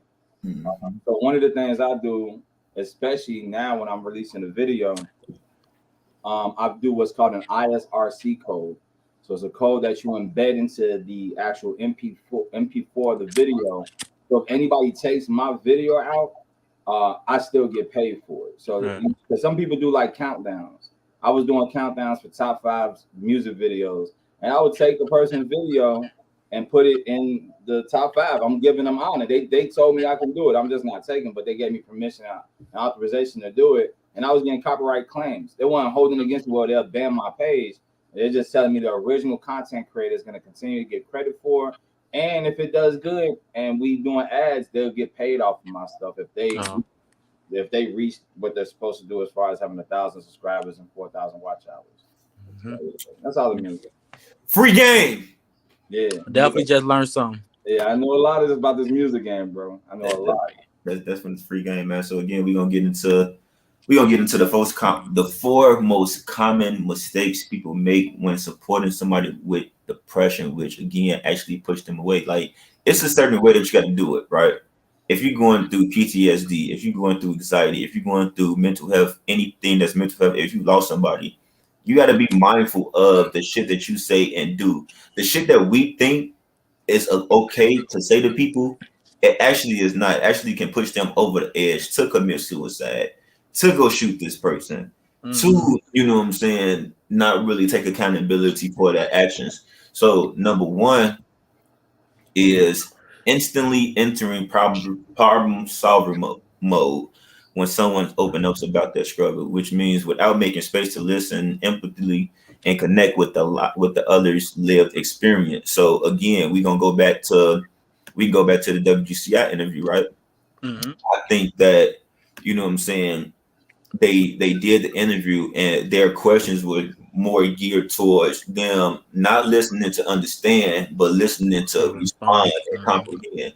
You know what I'm saying? So that's one of the things that push a motherfucker away, because like I'm trying to answer your question, I'm trying to be respectful, but if you're not saying it, like if I feel that you're not genuine in asking that question, I'm not gonna want to hear what the fuck you're talking about, right? That's a fact, bro. You know what I'm saying? Like with them, okay, like I love psychology. Like, you know what I'm saying? Yeah. Like I love the study of, you know what I'm saying, the body, the mind movement. I try to, you know what I'm saying? You got to read people in life. You know what I'm saying? So at first I walked into it thinking it's gonna be a genuine situation. You know what I'm saying? But the more I started reading their body language, their composure, that's what it was. listening to their questions, like, you know what I'm saying? It's like I realized that's why I got so aggressive, because I realized that I'm these people against me too. Shit, you know what I'm saying? Here I am up here trying to preach a positive message, and you know what I'm saying, but y'all up here to tear me down. So that's what really put me on aggressive, because motherfucker, y'all trying to play problem solver and ain't listening. You know what I'm saying? Like everybody, like it's like everybody be on Facebook trying to be FBI agents and like solve the crime and problems themselves. Like it'd be like, yo, stop trying to condemn me for something that I just lost. You know what I'm saying? The love of my life. I just lost somebody that was very close to me, and here y'all is trying to condemn me like y'all God himself. You know what I'm saying? And that's the problem, bro. Like if you ain't got the experience in a certain area or criteria, like you just got to be listening. You can't go back and forth with nobody who know how to fix motorcycles and you never fixed a motorcycle. Exactly. And we always say this. I always say this. Me and Mental Mondays podcast. We always say this, that like if you haven't been in that situation, you can't tell me shit. You can't give me no type of advice on how to deal with this situation because you never been in a situation. I can't tell my brother how to discipline his son because I don't got kids. I can't tell Dirty Eagle, you know what I'm saying, what doing his marriage because I never been married before. You know what I'm saying? So we gotta you could only get advice from them. Exactly. You know what I'm saying? I get advice from them, you know what I'm saying? But like they saying, well, now you gotta stay in your lane. Stay in your lane. You know what I'm saying? Stay in your lane, man. When you stay in your lane, everything will be good. All right. Number two. Yeah, I think with the WGCI interview, they really truly didn't even attempt to put themselves in this situation. Yeah. They were just trying to sensationalize the actual story, and which is like honestly is bad journalism. So when we were doing interviews, or like when me and Zoe did interviews, or when me and my wife had our show, we were doing interviews with individuals, artists, business, entrepreneur, wherever it is. I did the best research I possibly could on the individual, so I can highlight them and educate the masses on who this person is. Not take the situation. So if it's an artist, I don't want them to just know about their music. I want them to learn about the person, because truthfully, when you're an artist, they buy you on your lifestyle first, then they buy your music, and then they buy whatever brands that you have. So in that interview, they really truly should have got the opportunity to get to know you more as a human being, as a person, as a father, as a man. Shed some light on the story and not just look to have the ability to sensationalize and get viewers. That's what it all about. Interview. They the first person that got an interview with you. Now they want to sensationalize the story and make you look like this villain, which that's the total opposite of what you're supposed to do. This dude just lost his daughter, almost got assassinated. The last thing you need to do is persecute him at this moment. During a time like this. So yeah, it's just kind of crazy how it all goes down. Man, it's it's crazy. It's like they was looking more towards of you as the rapper instead of you as the father. As And you they tried going to through say it. like, I'm promoting a rap career. I said I was a rapper one time. I don't even talk about my music no more. Facts. Like I really promote to put the guns down more than anything right now. I don't even, because it's like I used to want to be a rapper. Like I used to want a music contract. And then like anybody who follow rap today know rap is in trouble. Like, you know what I'm saying? Like rap is really in trouble. Like, and the stuff that you have to do to be one of the best and stuff like that, like it ain't right. So this really became my passion. Like in WCI, let me just say something. Black people. Let me just talk to black people when we talk about mental health and stuff. It hurted because everybody who was against me was my skin color, bro. You know what I'm saying? So when you got the white people already looking at us like these type of guys. You know what I'm saying? Animals and stuff. Like, cause I just had a situation with the CEO of McDonald's where he said, he had him and Lori Lightfoot, the mayor, they had released some texts saying I had failed my daughter. You know what I'm saying? This coming from the CEO of McDonald's, a white guy. Like, yeah, those parents failed Jasmine Adams and stuff like that. Woo-woo. So that didn't hurt me because I already know how they look at us. They look at us like that. But what hurts is when you have nobody to defend you because they was also on the bandwagon of tearing you down. So now you have white motherfuckers saying, oh, they feel bad. I'm saying I feel my daughter. That's like saying my mom and my daddy feel me. That me ending up in the streets. You know what I'm saying? And I know they did the best they can. You know what I'm saying? So when you ain't got your people to defend you like that, it just shows you like what black people at mentally, bro. Like for one, like we do all this preaching about Black Lives Matter when they don't matter to us. Two, police brutality is not a bigger issue than black on black crime in our communities. So the whole movement around Black Lives Matter is BS. You know what I'm saying? So, and that's what I got from it. Like they love me, bro. Like where I'm from, they loved me when I was out making diss tracks. They loved me when my name was in bullshit. But the moment I talked about God and wanting to change, they weren't messing with it. You know what I'm saying?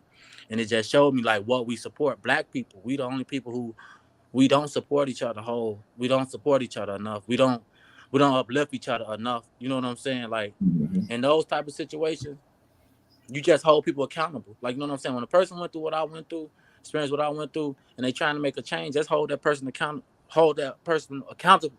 for what he's saying he's trying to do now. Like, you know, don't keep judging him off what he been through or what he went through or he used to be. You know what I'm saying? Like, just root for me now on this mission of me changing, you know? Hey, that's an interesting take. I just had a conversation with one of my homies. Shout out to my boy Ace. And he asked me a question. He said, do you think that us as black people are the most, I think he said, did he say disrespected or the most, I think he said like disrespect. Do you think that black people are like the most disrespected or unprotected people in society? And I'm like, yeah. But he said, no, it's the white people. And I'm like, nah, it's not. But then after I gave my take on it, he was like, oh yeah, you right. But then I'm like, let me ask you a question though. Who do you think is the most unprotected out of the black women and the black men? He said black women. And I had to challenge him on that because I feel like that us as black men, we are the most unprotected. We are the most uncared for because whenever there's an allegation out about us, the people automatically, you know, goes after the black man, even to the point where if the results come out or like the story come out that this person lied on us or you wasn't the cause of, you know what I'm saying, what happened to you and stuff like that, we never get the apology for it. Oh no. You know what I'm saying? Like nobody wants to come out and respect that and be like, yo, we was wrong. You know what I'm saying? But a lot of people turn on us. A lot of people think that we should just be we should be strong. We should have our back against the wall. Like we should not cry. Like we shouldn't do this and we shouldn't do that. And that's the stigma that's around us black people. So I feel like that we are the most unprotected in society. Like what y'all think about that? I agree. I agree because no lie, they don't care. You ain't getting don't nobody love you unless you're a woman or a baby, man. I'm telling you. Like them the only people. People will take a woman in. People will take a child in. Ain't nobody taking no man in. I don't care what you going through. Like, you know what I'm saying? It's just the way we was raised. You know what I'm saying? That's what led to me doing a lot of the things I did. Like, you know what I'm saying? After my baby, because we was always taught, even in the household. That's what I'm talking about. Like in Black communities, most of us come from one parent households. Most of us was taught. Most of us was raised just by our mamas and grandmas to the point where, like, if something you do fall off a bike or something, your daddy ain't around. Your mama gonna tell you, stop crying like a little girl, stop crying. So now we so built up and bottled up to the point from kids, like, cause we were always taught that it's not okay to cry. If we cry, we weak. If we cry, we ain't the man. So now, once we go through something so traumatized, now you just a wreck. You know what I'm saying? You don't even know how to vent. You don't even know what you want to say, but when it come out, it's just so much because we just starting to actually tap into mental health and stuff like that. So, like, we late. Black people, we late on everything. You know what I'm saying? We behind, bro. Like, these people, they got us like ignorant. Like, see, I read. Like, we still going through Willie Lynch phases and stuff like that. We still self-hate still going on with us, and it's gonna continue to go on. So until Black people overcome that, like, you know what I'm saying, and start actually, like you said, loving one another and, like, you know what I'm saying, caring about one another, like, we going backwards from what Dr. King done fought for, bro. Facts. That's a very interesting point. So we're gonna go to the second, you know what I'm saying, the second one that we was talking about, man, and it's excessively focusing on the struggle, desired outcome without considering the symptoms that are driven this.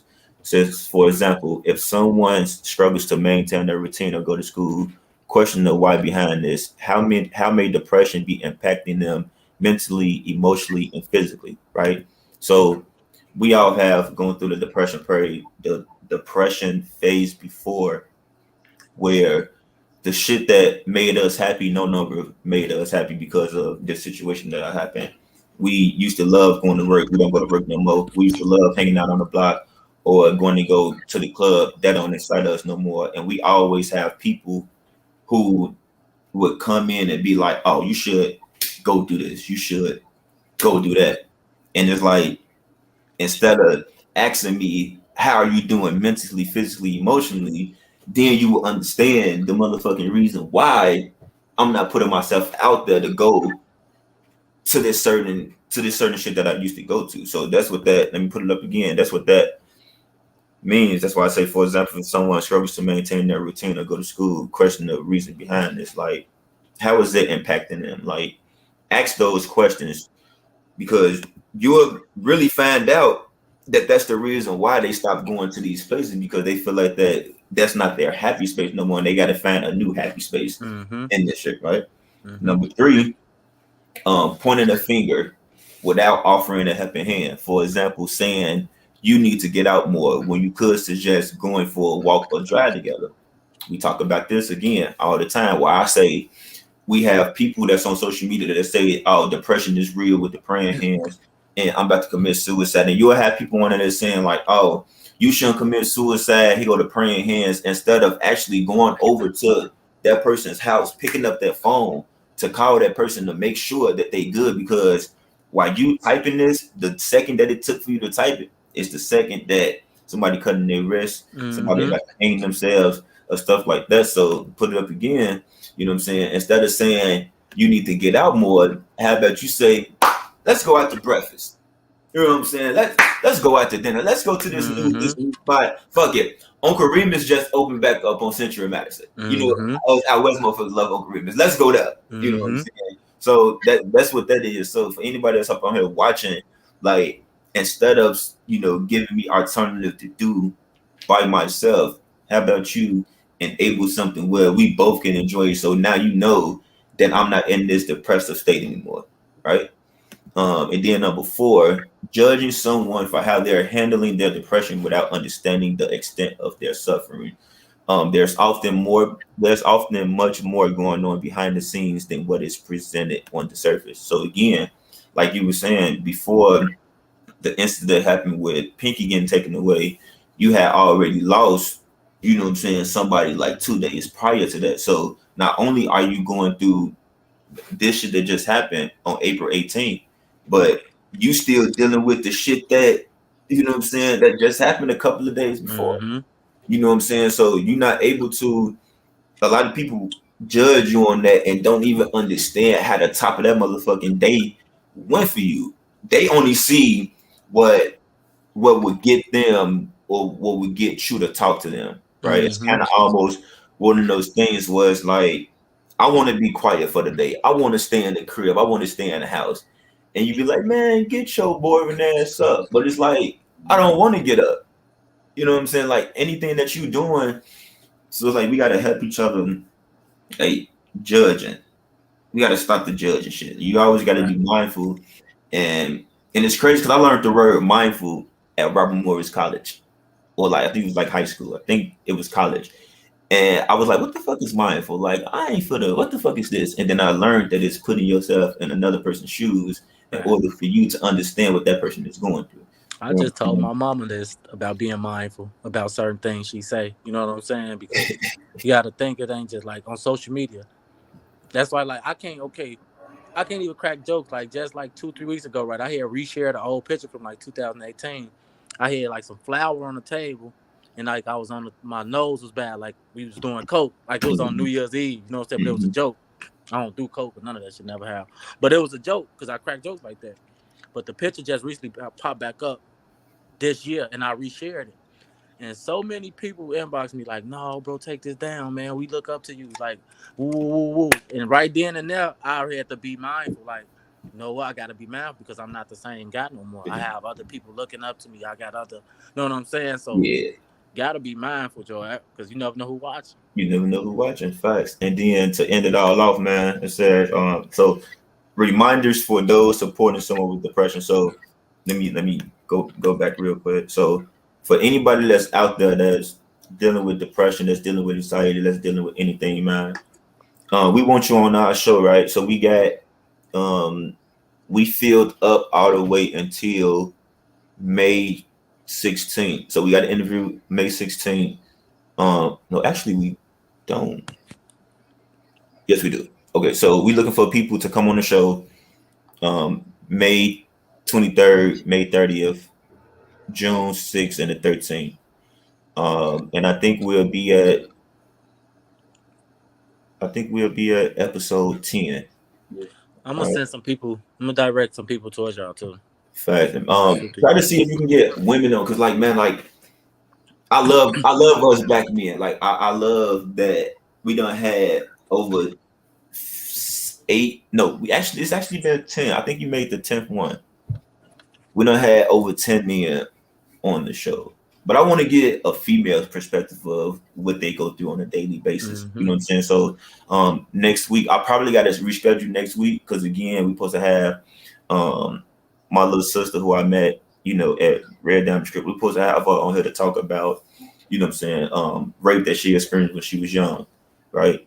But we probably have to reschedule that. And if we do reschedule it, next week's topic is going to be autism, right? Because this month is Autism Awareness Month. My nephew has autism. I know a couple of more other people, kids that has autism. So this would be another very touching, you know, episode for the podcast, right? Because a lot of people don't talk about autism enough, right? And it's Autism Awareness Month. So I'm gonna try to look for like 2 people. I'm gonna try to get my little brother on here. But if not, then you know, we look for another female to come on here. That's so crazy because my sister, she deals with special needs kids like on the regular. Then I have her best friend's son has autism. Like, so we actually can get, because if the right thing happens, we can have shit.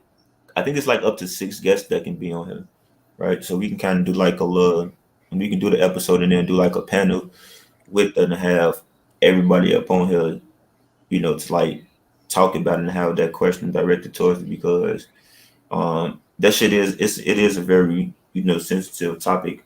And it's sensitive to me because like every time I see my nephew, every time I go around my nephew, I always cry because I know he can still walk, he can talk, he can do everything that every other kid do, but he can't really play with kids how other people play with kids, because a lot of people will want to try to bully him because they don't understand the condition that he's going through.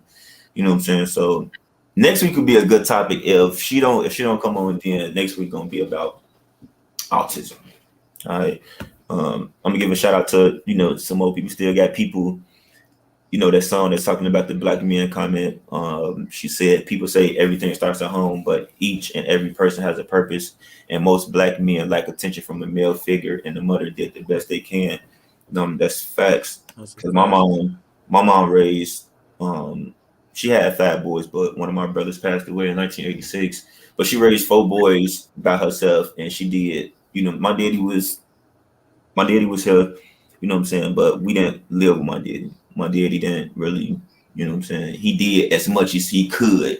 Me knowing the story now, he did as much as he could to make sure that we was good, right? But she was still a single mother because we all lived with her. She, sent us off to school. She paid for everything, field trips. She chaperoned on them and shit like that. So that shit is true. Another comment say, yeah, the system is against black men. I believe the system is to fail black men in numerous ways.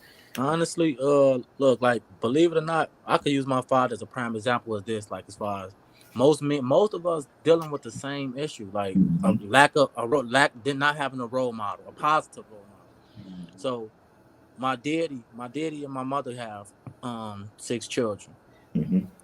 My mother's children is my daddy finding himself in and out of jail, still running the street. When my daddy did 11 years, he came home. He wasn't with my mother no more. He got married. He moved my brothers and sisters with his other wife to the suburbs.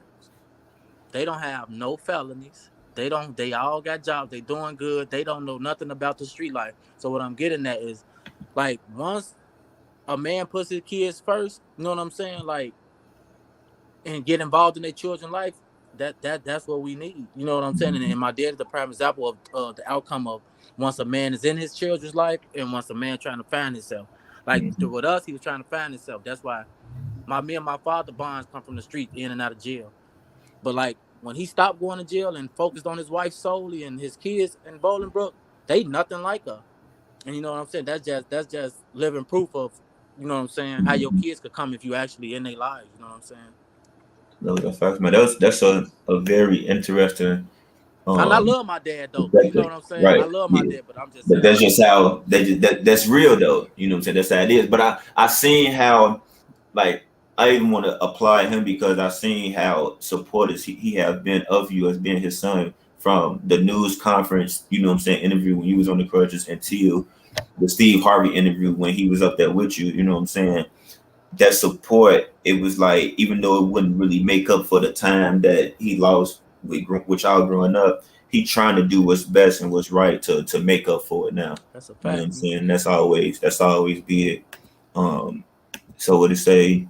So the reminders for those supporting someone with depression: listen empathically so they can have a safe space to feel heard and understood. So again, try to be mindful of the situations that they going through. You know what I'm saying? Encourage them to get better from a place of empowerment and criticism. So basically not saying like, yo, you need to do this and do that, but really acting like that you want to like empower them to do better. You know what I'm saying? I always offer a helping hand rather than point the finger, right? So instead of like being like, oh, you was the reason why this, you was the reason why that, try to hand that, grab that person's head and be like, yo, I never will understand where you're coming from. Like, again, like with me, I'm not a father yet, so I would never understand the pain that y'all go through with y'all kids, but I can be mindful of the shit that y'all go through and try to put myself in those shoes to try to feel that. Assume that what you see of their depression is only the tip of the iceberg.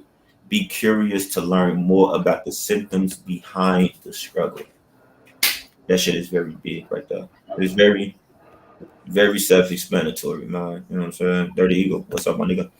Hey, man, I think that's huge. Putting yourself in another person's situation and position to help better understand. A lot of times we have a difficulty doing that because we got so much going on in our personal life Like, we don't even want to take the time to really truly get to know what somebody's going through. We just assume, you know what I mean? Mm-hmm. And we don't, and it just makes everything around both people more worse. Where we can ruin a relationship by just not even giving ourselves the ability to understand what they're going through, or give them the space to even kind of grieve properly. Like when you went through all that, one of the things that you needed was just a moment to think. You know what I mean? And everybody just bombarding, or they feel like they know better than you in your own life. Instead of just taking a moment, take a step back, and really say, you know what, man, that's pretty tough what he's going through, and act accordingly, address it accordingly. I mean, don't feel like everything got to be an attack on an individual just because you may not particularly understand everything that they're going through. Facts. So we did this season 1, episode 10. So we did an exercise where we went back to our 10-year-old self. Yeah, we went back to our 10-year-old self and basically just gave our 10-year-old self advice, and like basically talked to our 10-year-old self about the life that's ahead of him from the age of 10 to whatever age you is now. So you being on here, man, look back at your 10-year-old self. What would you say to your 10-year-old self about the struggles and shit that he'll be facing from 10 to the age that you is now? What I say to my 10-year-old self? Yeah. Honestly, I'll tell my 10-year-old self to keep being a kid. Like, you know what I'm saying? Because I want to grow up so fast. No lie, like, but I used to love wrestling. Like, I tell myself, like, you know, just keep being a kid. Just keep being a kid. Keep going to school, things like that. And like stuff I tell my son, like the streets ain't something you'll want to do, because you know, the sacrifice, like getting in the streets and stuff, it's a lot that you got to be willing to lose in the streets. You know what I'm saying? So I just tell my 10-year-old self, stay in school, listen to your parents. You know what I'm saying? Like something I had a problem doing, no lie. Listen to your parents. That'd probably be the first thing. Listen to my mama. Like, even though she was wrong a lot of the times, but you know, a mother instinct always almost right. Yeah. Like a lot of the times, everything she said came back and bit me in the ass. Like when I used to be sneaking and hustling and popping over new gym shoes. How you getting that? I ain't buying it. You know what I'm saying? So, and then I end up in jail or something. You know what I'm saying? Like, and only she could help me. So I just tell my 10-year-old self, continue, like, keep listening to your mama. Always respect your elders. You know what I'm saying? Perfect. All right, so that'll be, you know what I'm saying, that'll be it on that particular aspect of, you know, the podcast, right? So again, we want to thank you for, you know, coming up on here and talking about it, man. I know sometimes it's very hard to have these uncomfortable situations, you know, to talk about it, especially on a national platform like this.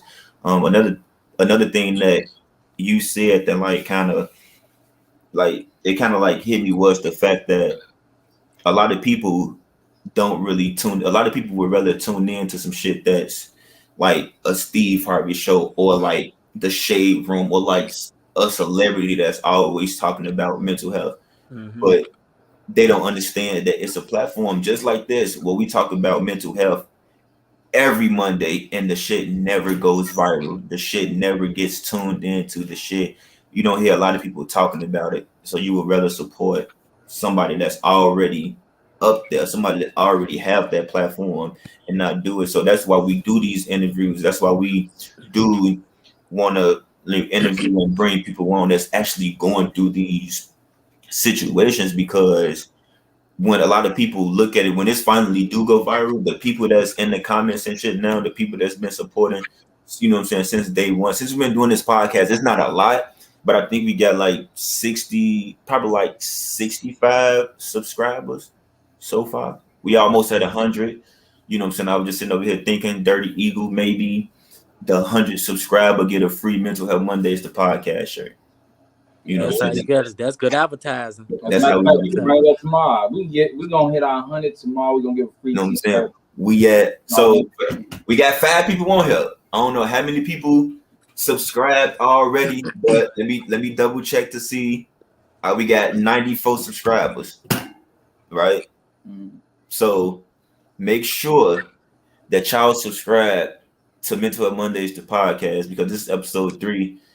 I know I said that we only gonna do 2 seasons of the podcast, You know what I'm saying? I'm still Zoto Radio still coming up, man, but I'm kind of loving the direction that this is going. And what I would do is I would implement the Zoto Entertainment segments into the Mental Health Mondays podcast segment. That's why I've been starting off with talking about shit that's been happening in the entertainment industry. We're talking more about that and shit like that. And so we got actually 7 people on here that's tuning in. So again, what we're gonna do, we at 94 subscribers right now. If whatever one of y'all is our 100 subscriber, you will get a free Mental Health Mondays the podcast shirt that's right there in the back, and it's going to dark. So do that right now.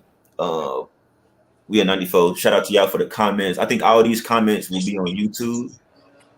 All these comments gonna be on YouTube and shit, man. So it's another thing that I want to talk about, right? We talked about it last week, the Will Smith and Chris Rock, situation. So Dirty Eagle, it has been some new findings, right? That has been coming out about, social media. I hate it, but at times like this, I love it. Right? FBI dig back into what the fuck you posted or like recent interviews and shit that you have did before this, right? So again, remember I said last week that it was a video that Jada did the day before, or I think like that same day of the Oscars, where she basically said like, "Oh, I don't care what people think about my bald head," right? And people put another video where she said that it came out that she basically was like that she did not want Will to slap Chris Rock, right? So I got to put her, first of all, I got to bring this segment to Mental Health Mondays, the podcast, right? It's the Shade Corner. The Shade Corner is where we throw shade at any and everybody that's out there in the entertainment world or somebody in our life that has said or that has done some stupid shit, right? So raise your hand if you're sitting at home. Raise your hand if you feel like being shady today, because like I got to do it, right? So she said that she didn't want Chris Rock to slap. I mean, she didn't want Will Smith to slap Chris Rock. But why didn't you, when you seen him get up, if you didn't want this to happen, why didn't you stop him from going up there?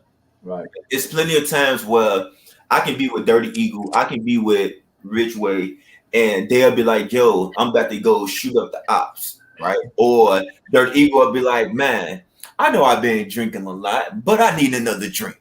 Right.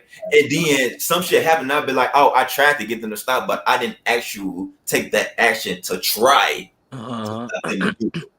You know what I'm saying? So it's like, if you wanted to prevent Will from slapping Chris, you would have did what a loyal wife does, right? Where you going? Where you say, sit your ass down. And you know a nigga gonna listen. Right. And you know he gonna listen, because guess what? He looked at you when Chris Rock made that joke and you was looking kind of sad. You looked at her face, which prompted you to get up and do what you did. Again, you landed yourself out for you to be embarrassed again. Now you banned from the Oscars for 10 years. So Dirty Eagle, when y'all heard this situation, Dirty Eagle, I'm gonna start with you first. When you heard this situation and when you seen, because you had your tape, me and JV called me right after it came out, and he was like, "Yo, what you and Dirty Eagle say about this and that?" I'm like, "Nah, I remember I was on your side. That was Dirty Eagle talking about, his side." So like after, after seeing this and hearing about all of this shit, man, what's your take on everything that's happened from the slap to the ban? Originally, I was like, hell yeah, smack shit out that boy. But I have a personal reason why I've been wanting to see Chris Rock smack, because he's an asshole on set. But in hindsight, it was not smart. And the reason why it's really not smart, it's bigger than just Will Smith. It gave people the permission to not be able to communicate properly. Meaning that if I have an issue with you, nigga, I'm finna just slap your ass. And when you live in a light like Will Smith does, and he's lived almost like the perfect life in front of us all. Like, he's never made a mistake. He's always really thinking about 10 steps ahead of the average person. See him being in the heat of a moment like that, where he's so emotional about something that really truly wasn't even in his control. Mm-hmm. Really, at the core of it was just a joke. To see him get so emotional about it, it's deeper than what we seen. You know, at that moment, he lashed out at an event, and it's more to it than what's that. It's just like it's like a boiling point, that tipping point when somebody goes through something, and they feel this is the only way that all this pent up shit that he's been dealing with, that nobody truly understands what he's going through, all the embarrassment he's endured through his wife, all the people steady talking this shit about him and his relationship, or maybe lies that he's endured, all that shit. It just all came out after 30 years of living the perfect life, not smacking a lot of people. I know he probably did want to smack the shit out of a lot of times in his life, not doing it. One mistake, I swear, bro, it'd be that one mistake. That one mistake. You up forever. So even just think about when he got done with doing this shit, whether it was staged or whether it was real, when he sits back and he realizes that that was the first time he ever got an Oscar, and that's overshadowed by one fucking mistake you made. For him to go so long at working and perfecting his craft, that have that shit overshadow him, overshadow Samuel L. Jackson's day. That was the first time he got an Oscar. I know to him, he's not a selfish person. I know to him, he sits back and he's like, I shouldn't have did that shit. You know? So now that I know, first, of course, I was with it. I disrespect my wife, I'm gonna slide on your ass. But then you think about it, there's always the right time and place to do everything, and that definitely was not the right place. Yeah. The way she got backstage and fat on this ass. Yeah. All right, here with the kids, and then you think about it, don't nobody even know about the Oscars. Nobody really even give a shit about the Oscars. Only reason we talking about the Oscars is because Will did some real crazy shit. You know, gave them all the plug. Now, motherfucker looking next to the next. What's next to Oscars? Right.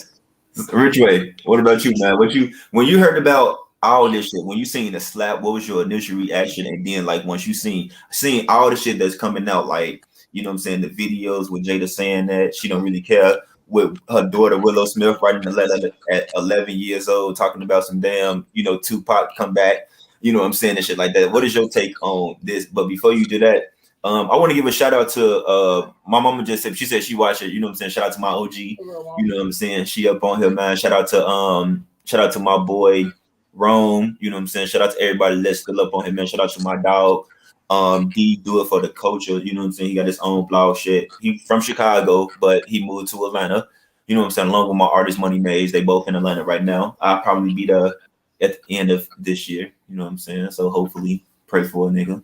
But yeah, let's get back into it, man. I want to hear your thoughts on it, man. Oh man, I ain't gonna lie. I don't really trust nothing on I don't trust Hollywood. For one, Hollywood an illusion. For two, entertainment. The Oscars ain't nothing but actors. The best actors. You know what I'm saying? And I honestly believe Chris Rock got a stand-up coming out. Promotion. His tickets went like this. His tickets went like this. His tickets went shot through the roof. Like you just said, nobody knew about the Oscars until Will did that. Now the Oscars back in the thing. So, like, controversy sells. Controversy is the biggest seller in America today. Bullshit, drama. Like, you know what I'm saying? So, and then I sit back and watch. See, I'm a big podcast person. I sit back and watch Vlad asking famous people these same questions. What do you think about Chris Rock getting slapped by Will Smith? Breakfast Club asking people these same questions. No Jumper asking these people the same question. So once you got these real actors, especially when they on Vlad, you got real actors and people, artists going up there, man, stage. They saying the same thing. Hollywood been having this thing for as long as we can know of. What, like, as far as how dirty and evil Hollywood is and the tricks they play on us with TV and things like that. So I believe it's all just promotion. It's no different from King Von, NBA Youngboy being into it. It's no different from Jay-Z, Drake and Kanye fake beefing. Like, everything sells. Drake and Kanye did a whole record right after they dissed each other. Then they did a Free Larry Hoover campaign. So when we gonna actually wake up and see that the truth right in front of our face? Hey, and that's the thing. Like, the news don't even be the news covering up the real message. For real. But you know what? It's crazy because like when this would maybe change my whole thought about it because like I said earlier, even if it's staged. Hey, hold on 1 second. I don't know if y'all seen this, but this adds to our thing of this shit was staged and fake and how the entertainment industry is this because now Chris Rock came out and said that he not talking about the shit until he gets paid for it. That's what I'm saying. It sells. Controversy sells. And believe it or not, Will needed that. Will needed that for his career because Will career down. He dying down. Yeah. This is the most he's been talked about in years. Ain't nobody talking about Will Smith. He's not one of the top actors no more. No. Facts. So once and this the thing about, this how they got black people. They made us forget the goal was to get rich and to help our people. Now we stuck in being relevant. Now they depressed. They got $500 million and they ready to kill themselves because they not relevant. Right. Right. That's what you see Will going through. If I you know what I'm saying, you getting up there, you doing all this as a black man. I'd have never sat at that red table with Jada and discussed. I got a son. I'm not ever finna let my son think it's okay to let, you know what I'm saying? You know what I'm saying? Let the world and that nigga became a meme for her. That's what I'm saying. Like, no, I got a son. Like, this could get talked about behind at counseling, marriage counseling. I'm not gonna go to the world because of the respect for my children. My children got to be mindful again. Our children finna see this. You know what's crazy? Like, this what made me really like, besides the Chris Rock thing, because I seen a post like this a day or two afterwards. His sales went from like $41 a ticket to $145, and that's for the cheap seat. You know what I'm saying? And it was sold out in Boston. So I'm like, the amount of money that he's gonna make just from 1,000-seat arena or stadium, whatever it is, to what he's gonna make now is crazy. But the crazier one when I heard was that Pfizer is in the stage 4. It's pretty much done for coming up with the cure for alopecia. You know what I'm saying? And they were one of the biggest sponsors for the Oscars. So what better platform can I be on to smack this man about a joke about alopecia? I mean, I am strategic about everything that I do. And this one moment, I just lose my mind. But and that's that they about to come up with a cure for alopecia. They the biggest sponsors of the Oscars, and I damn sure wouldn't be surprised that if I looked at Will Smith's portfolio, if it didn't see him as one of a big investors, like a investor, a brand ambassador of the shit. And look, I wouldn't be shocked. I see a commercial from their ass. Name one time every time a person went number one in anything, albums, anything, it was always something that speculated before the album dropped that made them go number one, that made them tune in to something. It was always some type of scam. It's always something. Before Dirk just dropped his album, him and YoungBoy went back and forth. Always. Drake and Kanye, before they dropped their album, they went back and forth. Always. I was smart. You know what I'm saying? Controversy sells. So like, but it's just like, look, hey, bro, just on a local thing, I had a verses, right? The verses, I'm tagging his ass in the market. I'm making memes about him, videos about him, putting his head on them. I mean, I built up so momentum in this just because of the controversy and the drama that was around it. They didn't even know who the artist was I was going against. It helped build him a fan base. But it's all the marketing, all the drama that was built up into it that made it get to where it was. You absolutely right. You know so shout out to my little brother up on here. You know what I'm saying? I'm gonna try to get my little brother on next week for the autism. You know what I'm saying? One thing, man. Shout out to everybody that's up on here that's commenting, man. I think we are at. Let me double check. I think we are at. Shout out to y'all that just subscribed to. We one person away from 100 subscribers, right? We got 8 people on here. So if you haven't subscribed to Mental Health Mondays, the podcast yet, get subscribed now. The next subscriber would get, you know what I'm saying, one of our first installments of the Mental Health Mondays, the podcast t-shirts, and it's glow in the dark. You know what I'm saying? So the next subscriber that does that, manager YouTube shows me everybody that, you know what I'm saying. She said I was trying to figure out how to comment. Candace, if you the 100 subscribers, you can't win because you're the one that's making win, Candace. So yeah, man. So I think that's it that I want to talk about. You want to talk about anything else, man? That you've been wanting to talk about? what I do want to do is once again, man, shout out to you, Richway, man, for what you've endured to just be level headed right now. Now, some of these things, man, can mentally just break a person. So to know what you've gone through, how you've overcome, you utilize a tragedy, and that's what makes you great, bro. You utilize a tragedy and made it into something amazing. You know, you're putting yourself out there to speak on something that's so personal that the average person will shut down. They don't never want to talk about it. To open up to help potentially prevent some of this stuff from happening in the future, reaching these young guys and let them know, man, look what happened to me. I just lost the most important thing in my life due to just being out here in the streets.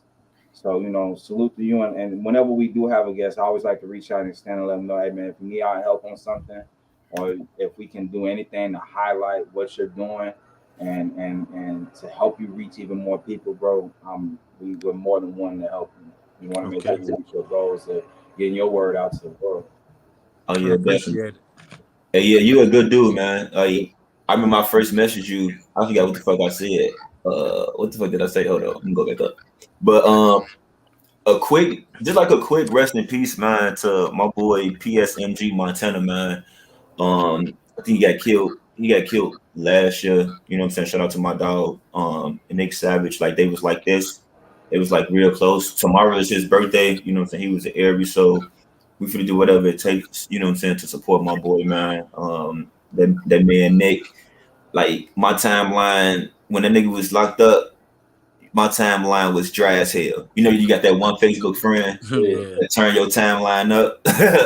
You know what I'm saying? My boys Nick and PS Montana, they was them ones that like turned my timeline up. You know what I'm saying? When Nick was in jail, you know what I'm saying, the Montana was still alive, you know what I'm saying? He was doing it, and then after he got killed, you know what I'm saying, then my boy was still locked up. I was like, man, what the fuck am I about to get the laughter from? Because, like, besides myself, I'm tired of making myself laugh. You know what I'm saying? So, like, you know what I'm saying, I want to give a huge shout out to them, man. Happy birthday to them, man. And this shit is dope, right? This shit, I think Thea said it the most. Shout out to Thea. You know what I'm saying? Again, she and the Heat Check family. She said she appreciated us for this platform. You know what I'm saying? We made this platform not only for ourselves but for y'all, because, like, again, I go through PTSD, I go through anxiety, I go through depression. Dirty Eagle through PTSD, he be depressed and shit like that. Richway Tilla do the same thing, man. So, like, we definitely made this platform for y'all to reach out to y'all, because we don't get, and we got like Charlamagne the God that talked about it, but he's on a bigger platform, right? We trying to get y'all to be mindful and get help from somebody that's on the same playing field as y'all. You know what I'm saying? And we been through a lot of shit. I'm 30 something, you know what I'm saying? 30, you know what I'm saying, the same. So, like, it's just a lot of shit that we go through as Black men that this platform really helped a lot of people do, right? So our upcoming dates for the podcast next week. If Milan don't come on for the Rick, then we gonna talk about, it is Autism Awareness Month, so we gonna have my little brother on. We gonna have you gonna have your sister on. She said somebody should unsubscribe and subscribe again. Y'all funny as hell. On the 25th, we got my boy Celebrate. Shout out to Celebrate. May 2nd, we got Charlie Luch. Shout out to him. Episode 7, we got Phil Martell. That's gonna be May 9th. The 16th, we got my boy Space Jam Mello. Anything after that, it's gonna be open. So I'm extending Mitzvah Mondays to podcast. You know, we gonna extend it. You know what I'm saying? I'm loving this platform, and I really think that every week, every time we drop, we really helping somebody out, somebody else different out. And I really love this platform because we on YouTube now. This is we always been on YouTube, but we're actually live on YouTube now. We actually live on Twitter too. So a lot of people that's coming in now, you know what I'm saying? Look, my mama won the shirt. She made her YouTube page, and, you know what I'm saying? She won the shirt. You know what I'm saying? So, you know what I'm saying? That's my OG right there. Queen Elizabeth, what's the word? But yeah, man, we doing this shit for y'all. If everybody that's out there that's dealing with themselves, you got a friend, please be mindful of that friend. Also, this has been one of the best things that we did because we had Shaky on here. Shaky lost his daughter a month or two. No, it was she was premature. Premature, yeah. Maybe about 6 months. The 6 mother months before was about 6 months pregnant, and they're real close people to me. And watching him mentally break down, and it was like you creating that song. That's the same thing he did. He created a song for his daughter. They got the names tattooed on them and everything, and just having them talk about it, you could just see the pressure just being lifted off his chest. Just having the ability to talk about it, because you think from his standpoint, he has a good relationship with his woman, his fiance. They got other kids. He gotta be strong. Gotta be strong. He can't be weak and break, because if he breaks, she breaks down. It's the same. So you got to continue as the man, the king of your castle, continue to push through, and how you get your break. So him being an artist, man, he was able to get that shit off his chest and just kind of woosah at the moment. You know what I mean? So yeah, that was deep one. And then when I hear his song, I ain't gonna lie, it's sometimes you hear a song and you can't listen to it too much. Because I ain't lost no kid, but that make me feel like I lost. Like you lost it, yeah. I love them, you know what I mean? When they go through something, I take it personal, you know what I mean? Yeah. So it's one of them songs that you be like, yeah, I'm good, bro. Like, unless I really want to be sad today. And that actually makes you. It really makes you a fan. It really starts to make you a fan of their music and just a fan of them on that personal level. Because again, like if we would never did our research and actually watch the interview that you did with GCI, went on your page and seen the videos of you and your daughter and all that shit, like we would have approached this situation like WGCI approached. Now, don't get me wrong, right? Like I love the shit out of WGCI. You know what I'm saying? They definitely gave me that opportunity to host the red carpet of the Big Jam. That was one of the biggest events of my life of 2021 outside of us being the dancers for the Kanye West Donda event. You know what I'm saying? So this is not any shade or disrespect towards. That's dope, Joe. Congratulations on that too, though. Appreciate you, man. You know what I'm saying? So I think I found the message. So when I first hit him up, I shared the Steve Harvey thing, and I'm like, I watched your interview with WC after your daughter's life was taken. I watched this interview with Steve Harvey. By the way you were speaking then and now, I can tell that you are willing to change up the way you move out here. And from a black man to black man, I commend you for that. It takes a lot of courage to be able to do that in today's society. I said, don't let these social media comments and critics shy you away from doing what you got to do to protect you. I said, self-care is always the best. Keep your head up and be safe out here in this cruel world. Long live Pinky. You know what I'm saying? So, like, if people don't know, I always reach out to strangers before I reach out to family. And I only do that because, like, these strangers would never think that somebody that they don't know would reach out to them. But they don't know that a person that actually don't know anything about you, haven't never experienced anything with you or been through that journey with you, they can't really judge you. They can only judge from the outside looking in. But like I don't want to go to Dirty Eagle and talk to Dirty Eagle because I feel like I'm a judge him. So I would lend my hand on and be like, yo, go talk to a therapist. If you got insurance, the shit is free. You know what I'm saying? So I reach out to people and I do that not only to, you know what I'm saying, to help them, but that shit actually, it helps my mental health. You know what I'm saying? It helps me be better because this mental health journey is not for me. You know what I'm saying? It's for y'all. This platform is not for me. It's for everybody that's up on that's watching it. And, you know what I'm saying? I do want to appreciate you, bro, for letting us come on here and, interview you and shit, man, and talk to you, man. You got any, final thoughts, cuss words, you know what I'm saying? No, I'm trying my best not to curse. I think I cursed twice up on here. I probably said the N word like 4 times. But yeah, that's what I'm saying. Like, I'm trying to cut back off all that. But now, I appreciate y'all for having me on. No lie, like I had said, man, I had to take a break from it to get my mental health right. I had to take a break from doing the interviews and stuff like that because mental health is definitely important. Like, and I just want to tell everybody out there, like, really tap into y'all mental health. No lie, like, you know what I'm saying. And I want to agree with you on, as far as like, sometimes it's best to talk to a stranger than somebody you know, because you know most people that we know going through stuff and probably ain't accepted the fact that they actually going through stuff. So any advice they'll give you will probably be biased, or it'll be determined off how they feel. You know what I'm saying? So like that's why I understand therapy by me actually having a therapist and a counselor and stuff, and just like I just want people to know that it's not lame and that you're not crazy if you have a therapist and things like that, because you really just venting. Like she's not like your therapist don't give you no right or wrong. Oh well, you right or you wrong. She don't do that. She listens. She vents. She helps you, or he helps you know who you are, what you come from. How was your relationship with your mother? How was your relationship with your father? How did you feel when you lost this person? They try to That's what your understand. therapist do. They understand. You know what I'm this saying? shit. She's not there. They're not there to tell you right or wrong. So yeah, tap into y'all mental health, and you know what I'm saying, and take it real serious, because that's what the fraction is with us black people. That like we feel like it's lame to talk to somebody, so we rather kill, and you know what I'm saying? Yeah. So I wrote a little poem. It's still gonna be lyrics in this mental health song that we doing. Dirty Eagle thinking I'm playing. I probably have them ghostwrite for me. You know what I'm saying? But you know what I'm saying? I just put the shit that I say on this podcast, I just put it into like a little poem form. Say it's okay to not be okay. A message a day will keep the hurt away, right? Just keep checking on your strong friends each and every day. Mental Health Mondays, the podcast, everything you're going through too shall pass.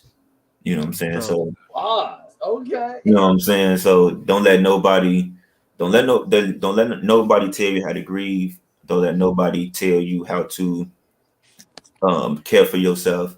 Don't let nobody, make you feel bad than what you already do after a certain situation has happened to you. Right? Don't let nobody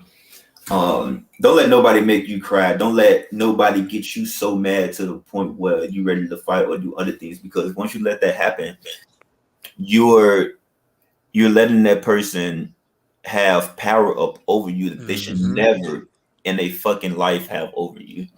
Right. Not at all. I don't care who they is. They can be your mom, they can be your dad, they can be your kids, they can be your spouse, anybody. If it's not making sure that your mental health is good, you got to be selfish when it comes to your mental health. Like it's definitely do. You got to be selfish. So if you got to take a break from working, if you got to take a break from being on the block, if you got to take a break from your daddy duties and just go in your man cave and just do whatever you need to do, man, you got to do it, man. So once again, if everybody that's out there that's dealing with mental health, no matter if it's depression, anything like that, y'all want to be on the show, you know what I'm saying? Email Zodo Entertainment LLC at gmail.com. That's ZODOE Entertainment LLC at gmail.com, man. Y'all got any events coming up that y'all want people to be aware of? I'm gonna say man's last. Dirty Eagle, my co-host. Yeah, I got to actually interview this Wednesday with Keisha Coffee, actually. Yeah, also, I just had a meeting with an artist named Lawman Dia, and it's dope, man. I'm actually doing two different things for him. One, he's been wanting to start a business for a long time, so I'm actually guiding him through the process of building his business credit. And a lot of us don't know that there's so much money out there, we don't really know how to get it. There's government contracts that you can get for your business that'll pay you. Just like I'll give you an example, a t-shirt business. You can supply a t-shirt for the government for a different branch of the military. Pay you $50,000 to make 500 shirts. It's crazy amount of money that's really out there. So I'm helping him get his business credit together. And also we went over and broke some things down for him as far as being an artist, and I did a deep dive on all his social media pages and showing where he's doing good, where he's failing at, on his YouTube page where he's doing good, where he's failing at, on his Spotify, Apple Music, all that, and really broke down if he really wants to be successful, this is how you're going to actually build your organic following. Because at the end of the day, we not only want to get fans, but we want to turn them into fanatics. What I mean by that is, if I drop something, my fanatic is going to grab anything I got going on. I drop a hoodie, they want every color. If I drop a t-shirt, they want 6 different sizes because they buy them for their family and stuff like that. So we going over advertising. So that's a whole nother thing that we're getting into underneath my main company, as far as teaching individuals how to build their business credit, and also how to do the advertisement for not only just artists, but other individuals that really want to market their brands properly. Well, that's dope, man. That's dope. All right, my boy Richway. Yeah, like I say, just April 18th, I got my daughter's statue. You know what I'm saying? Stop the Violence statue getting unveiled in New York. Rest in I got a peace. few more podcast interviews coming up. I got some coming up with Dre O again. I got Charleston White. I don't know if you know Charleston White. Yeah, that man. Ooh, he's so Yeah, dope. Charleston White crazy, man. I just got an inbox from him on Instagram. But yeah, right now I'm just working, you know, trying to get everybody tapping into their mental health and stuff like that, put the guns down, things of that nature. All right, so with me, I don't know if Dirty Eagle fan for this, but I know his wife has. So the new first series premiere of 61st Street just came on yesterday on AMC at 9:00. Make sure y'all check that out. I checked it on 4-Star, and I actually filmed for it 12 times. You know what I'm saying? That's just like being on the shine shit. So if y'all don't see my face, I upload the pictures and shit to let y'all know. Cause you know sometimes motherfuckers be like, "Oh, you weren't on this show," but it's like you got to start showing motherfuckers that you was on it. You know what I'm saying? Wait, what is called again? 61st Street. 61st Street, and it's on what? It's on AMC. AMC. Yeah. Okay. So you can probably catch my face on that couple. It's not a speaking role, but I just love. I don't care if it's somebody else said it, and I'm gonna say it again. I don't care if it's 5 seconds. That 5 seconds, somebody can still see that and be like, "Damn, this nigga was in that," and you can get casted for something else. So don't let nobody ever shame you for. Oh, they only seen you for 5 seconds. So it's that's opportunity. The opportunity that you got. And networking too. That's and you know, and Dirty Eagle, you know, us being on set, you know, a lot of people don't get camera time. No, like, you got to be a special motherfucker. They see you like the director, like I want him. Like him right there, like he doing something that you know what I'm saying that you, and that's what happened on 61st Street. Like the PA dude was so he just. You know, he see people a lot on these same shows. When you're doing these same shows, all the PAs, they see different people, so they kind of know what you're capable of. So they'll be like, okay, I pick you. You know what I'm saying? And you be one of the ones that get on camera and shit. So make sure y'all go check that out. We got a movie where I do have a speaking role with my boy Prince Rock. Shout out to Prince Rock. Broke Down Drone. They editing it and shit right now, but we will have a official release date coming real soon. We're gonna have a premiere party and everything for that. Tonight, I don't know if we doing it tonight, man, but every Monday and Wednesday, shout out to my brothers DJ K Caesar and my nigga Renegade. We got Heat Check Mondays and Wednesdays. Well, artists can qualify to get their single played on Rock TV Radio on Power 92. We done put over 300 plus artists on the radio with Dirty Eagle being, you know what I'm saying, one of them. A few different times. Dude, I never had to pay for radio promo ever to have my song on because of Heat Check. I've had multiple songs put on the radio just because of the platform. And I'll be honest with you, there's not another platform like that because Rand is not judging the artist. They'll put their 2 cents in, but it's not up to them. Rand and DJ KC may think some shit is not where it need to be, but the Heat Check audience and he can feel good, do though. He can feel good going. So we do this thing where it's up to the Heat Check family to really decide: is this worthy or is it trash? Right. You know what I mean? So the platform. I'm gonna check that out. And on top of that, you know, I'm like tied record holder for the most consecutive Heat Check wins. Like I done put 11 songs in, and every one of them went high. Every one of them hit. That's when you know you're doing something right, because everybody ain't gonna fuck with every song. You know what I mean? As a matter of fact, there was one song. It wasn't even my song. I submitted on behalf of my got trash, and I couldn't even be on the check and see how it was going. So I hear it was on. Like, so how was it, bro? He was like, nigga, you barely skated by. He was like, don't ever commit that. I'm like, damn, it ain't even my song. So yeah, and we got a couple of them up on here, man. A couple of Heat Checkers, Tilla, you know what I'm saying, Liz, you know what I'm saying, and it's a lot of more people up on here, man. That's Heat Checkers up on there, man. So that's every Monday and Wednesday. Every Tuesday at Joe's Bar and Grill out in Indiana, we got free bingo and Taco Tuesday. Every Wednesday we got Dollar Wing Wednesday, you know what I'm saying, with Flex Luther. I don't know if I'm saying his name right. That's DJ. April 29th, We got the All Booties Matter concert. You know what I'm saying? Oh, my boy Dame. Big Boss Damo, K Caesar. You know what I'm saying? We having a $200 twerk contest for all the ladies. I think it's other prize that's gonna be given out that night too. Ladies gonna be free to 10 o'clock. You know what I'm saying? This Saturday, we got the Saturday brunch. You know what I'm saying? Good ass chicken and waffles, everything like that. I don't give y'all the menu. Y'all gotta go to this spot. We got some of the best food in Maryville. We got some of the best food in Indiana. Out and we're on Grubhub, you know what I'm saying? So everything like that. This Sunday is the official grand opening of the all new Joe's Bar and Grill. Shout out to the two owners, my brothers, He Tech's own, Ren and DJ K Caesar. You know what I'm saying? They've been putting on for the Indiana K Caesar and Chicago Ren. They've been putting on for the city for more than a decade. You know what I'm saying? And so to get them to come together, combine to bridge that gap between Chicago and Indiana and start doing a lot of positive shit, man. We need y'all in the building. Raw TV Radio, Power 92, definitely gonna be in the building. Come out, get you a live interview. If you're an artist, doors open up at 7 o'clock, man. It's going down. Shout out to all the artists that came out last night. You know what I'm saying? And to the Next to Blow concert, Artist Appreciation Night, man. A lot of y'all did y'all thing last night. Like, no cap. Y'all turned the fuck up last night. You know what I'm saying? We gave everybody that stayed to the end. I think it was about 7 to 8 of them. We gave all of them an interview for Sunday. You know what I'm saying? The next episode of Mental Health Mondays, the podcast, will be out, which is this one. It's already out because it's on YouTube right now. The next one is this Monday. And I hope I'm not forgetting nothing. If I am, charge it to the game. Don't charge it to my heart. You know what I'm saying? And I guess we finally going viral now because you know you're going viral when you start getting hackers. Look, Dirty Eagle. Look at the screen, gang.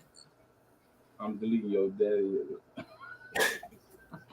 You know what's crazy? When you talking about stuff like mental health and stuff like that, like they don't want you to talk about that type of stuff, man. Yeah, they don't at all. Look, all right. So yeah, so that'd be enough. You know what I'm saying? The hackers, we was in it anyway, hacker. You know what I'm saying? So again, shout out to my OG for being the 100. Security to the comments. Security to the comments. You know what I'm saying? Shout out to my OG for being the 100 subscribers, man. Keep on subscribing. It's gonna be more giveaways that's gonna be happening, man. And I think we were supposed to do it last season, but we gonna try our best to do it this season too. All the guests that we had on Mental Mondays, the podcast, we're gonna bring them back for a roundtable so we can get a update on how everybody mental health doing. We're gonna follow y'all journey. Richway, don't be a stranger, man. I'm gonna send you my number again. Text me, bro. We can all go out for, I don't know if you drink, you know, so we all can go. Oh yeah, for sure. I want to actually, I was gonna ask you the next time you host them, I'm gonna try to come through. Like, no. Hey, so I think I'm gonna go to the Taco Tuesday shit tomorrow, man. And I'm from out west. I'm on Sacramento and Lexington right now. That's where I stay at. So we all like right here. I bet you ain't too far from the area. Yeah, so we definitely linking up, man. So again, thank you, Brody. Thanks to my co-host, Dirty Eagle. You know what I'm saying? Mental Mondays, the podcast, season 2, episode 3. We out. All right.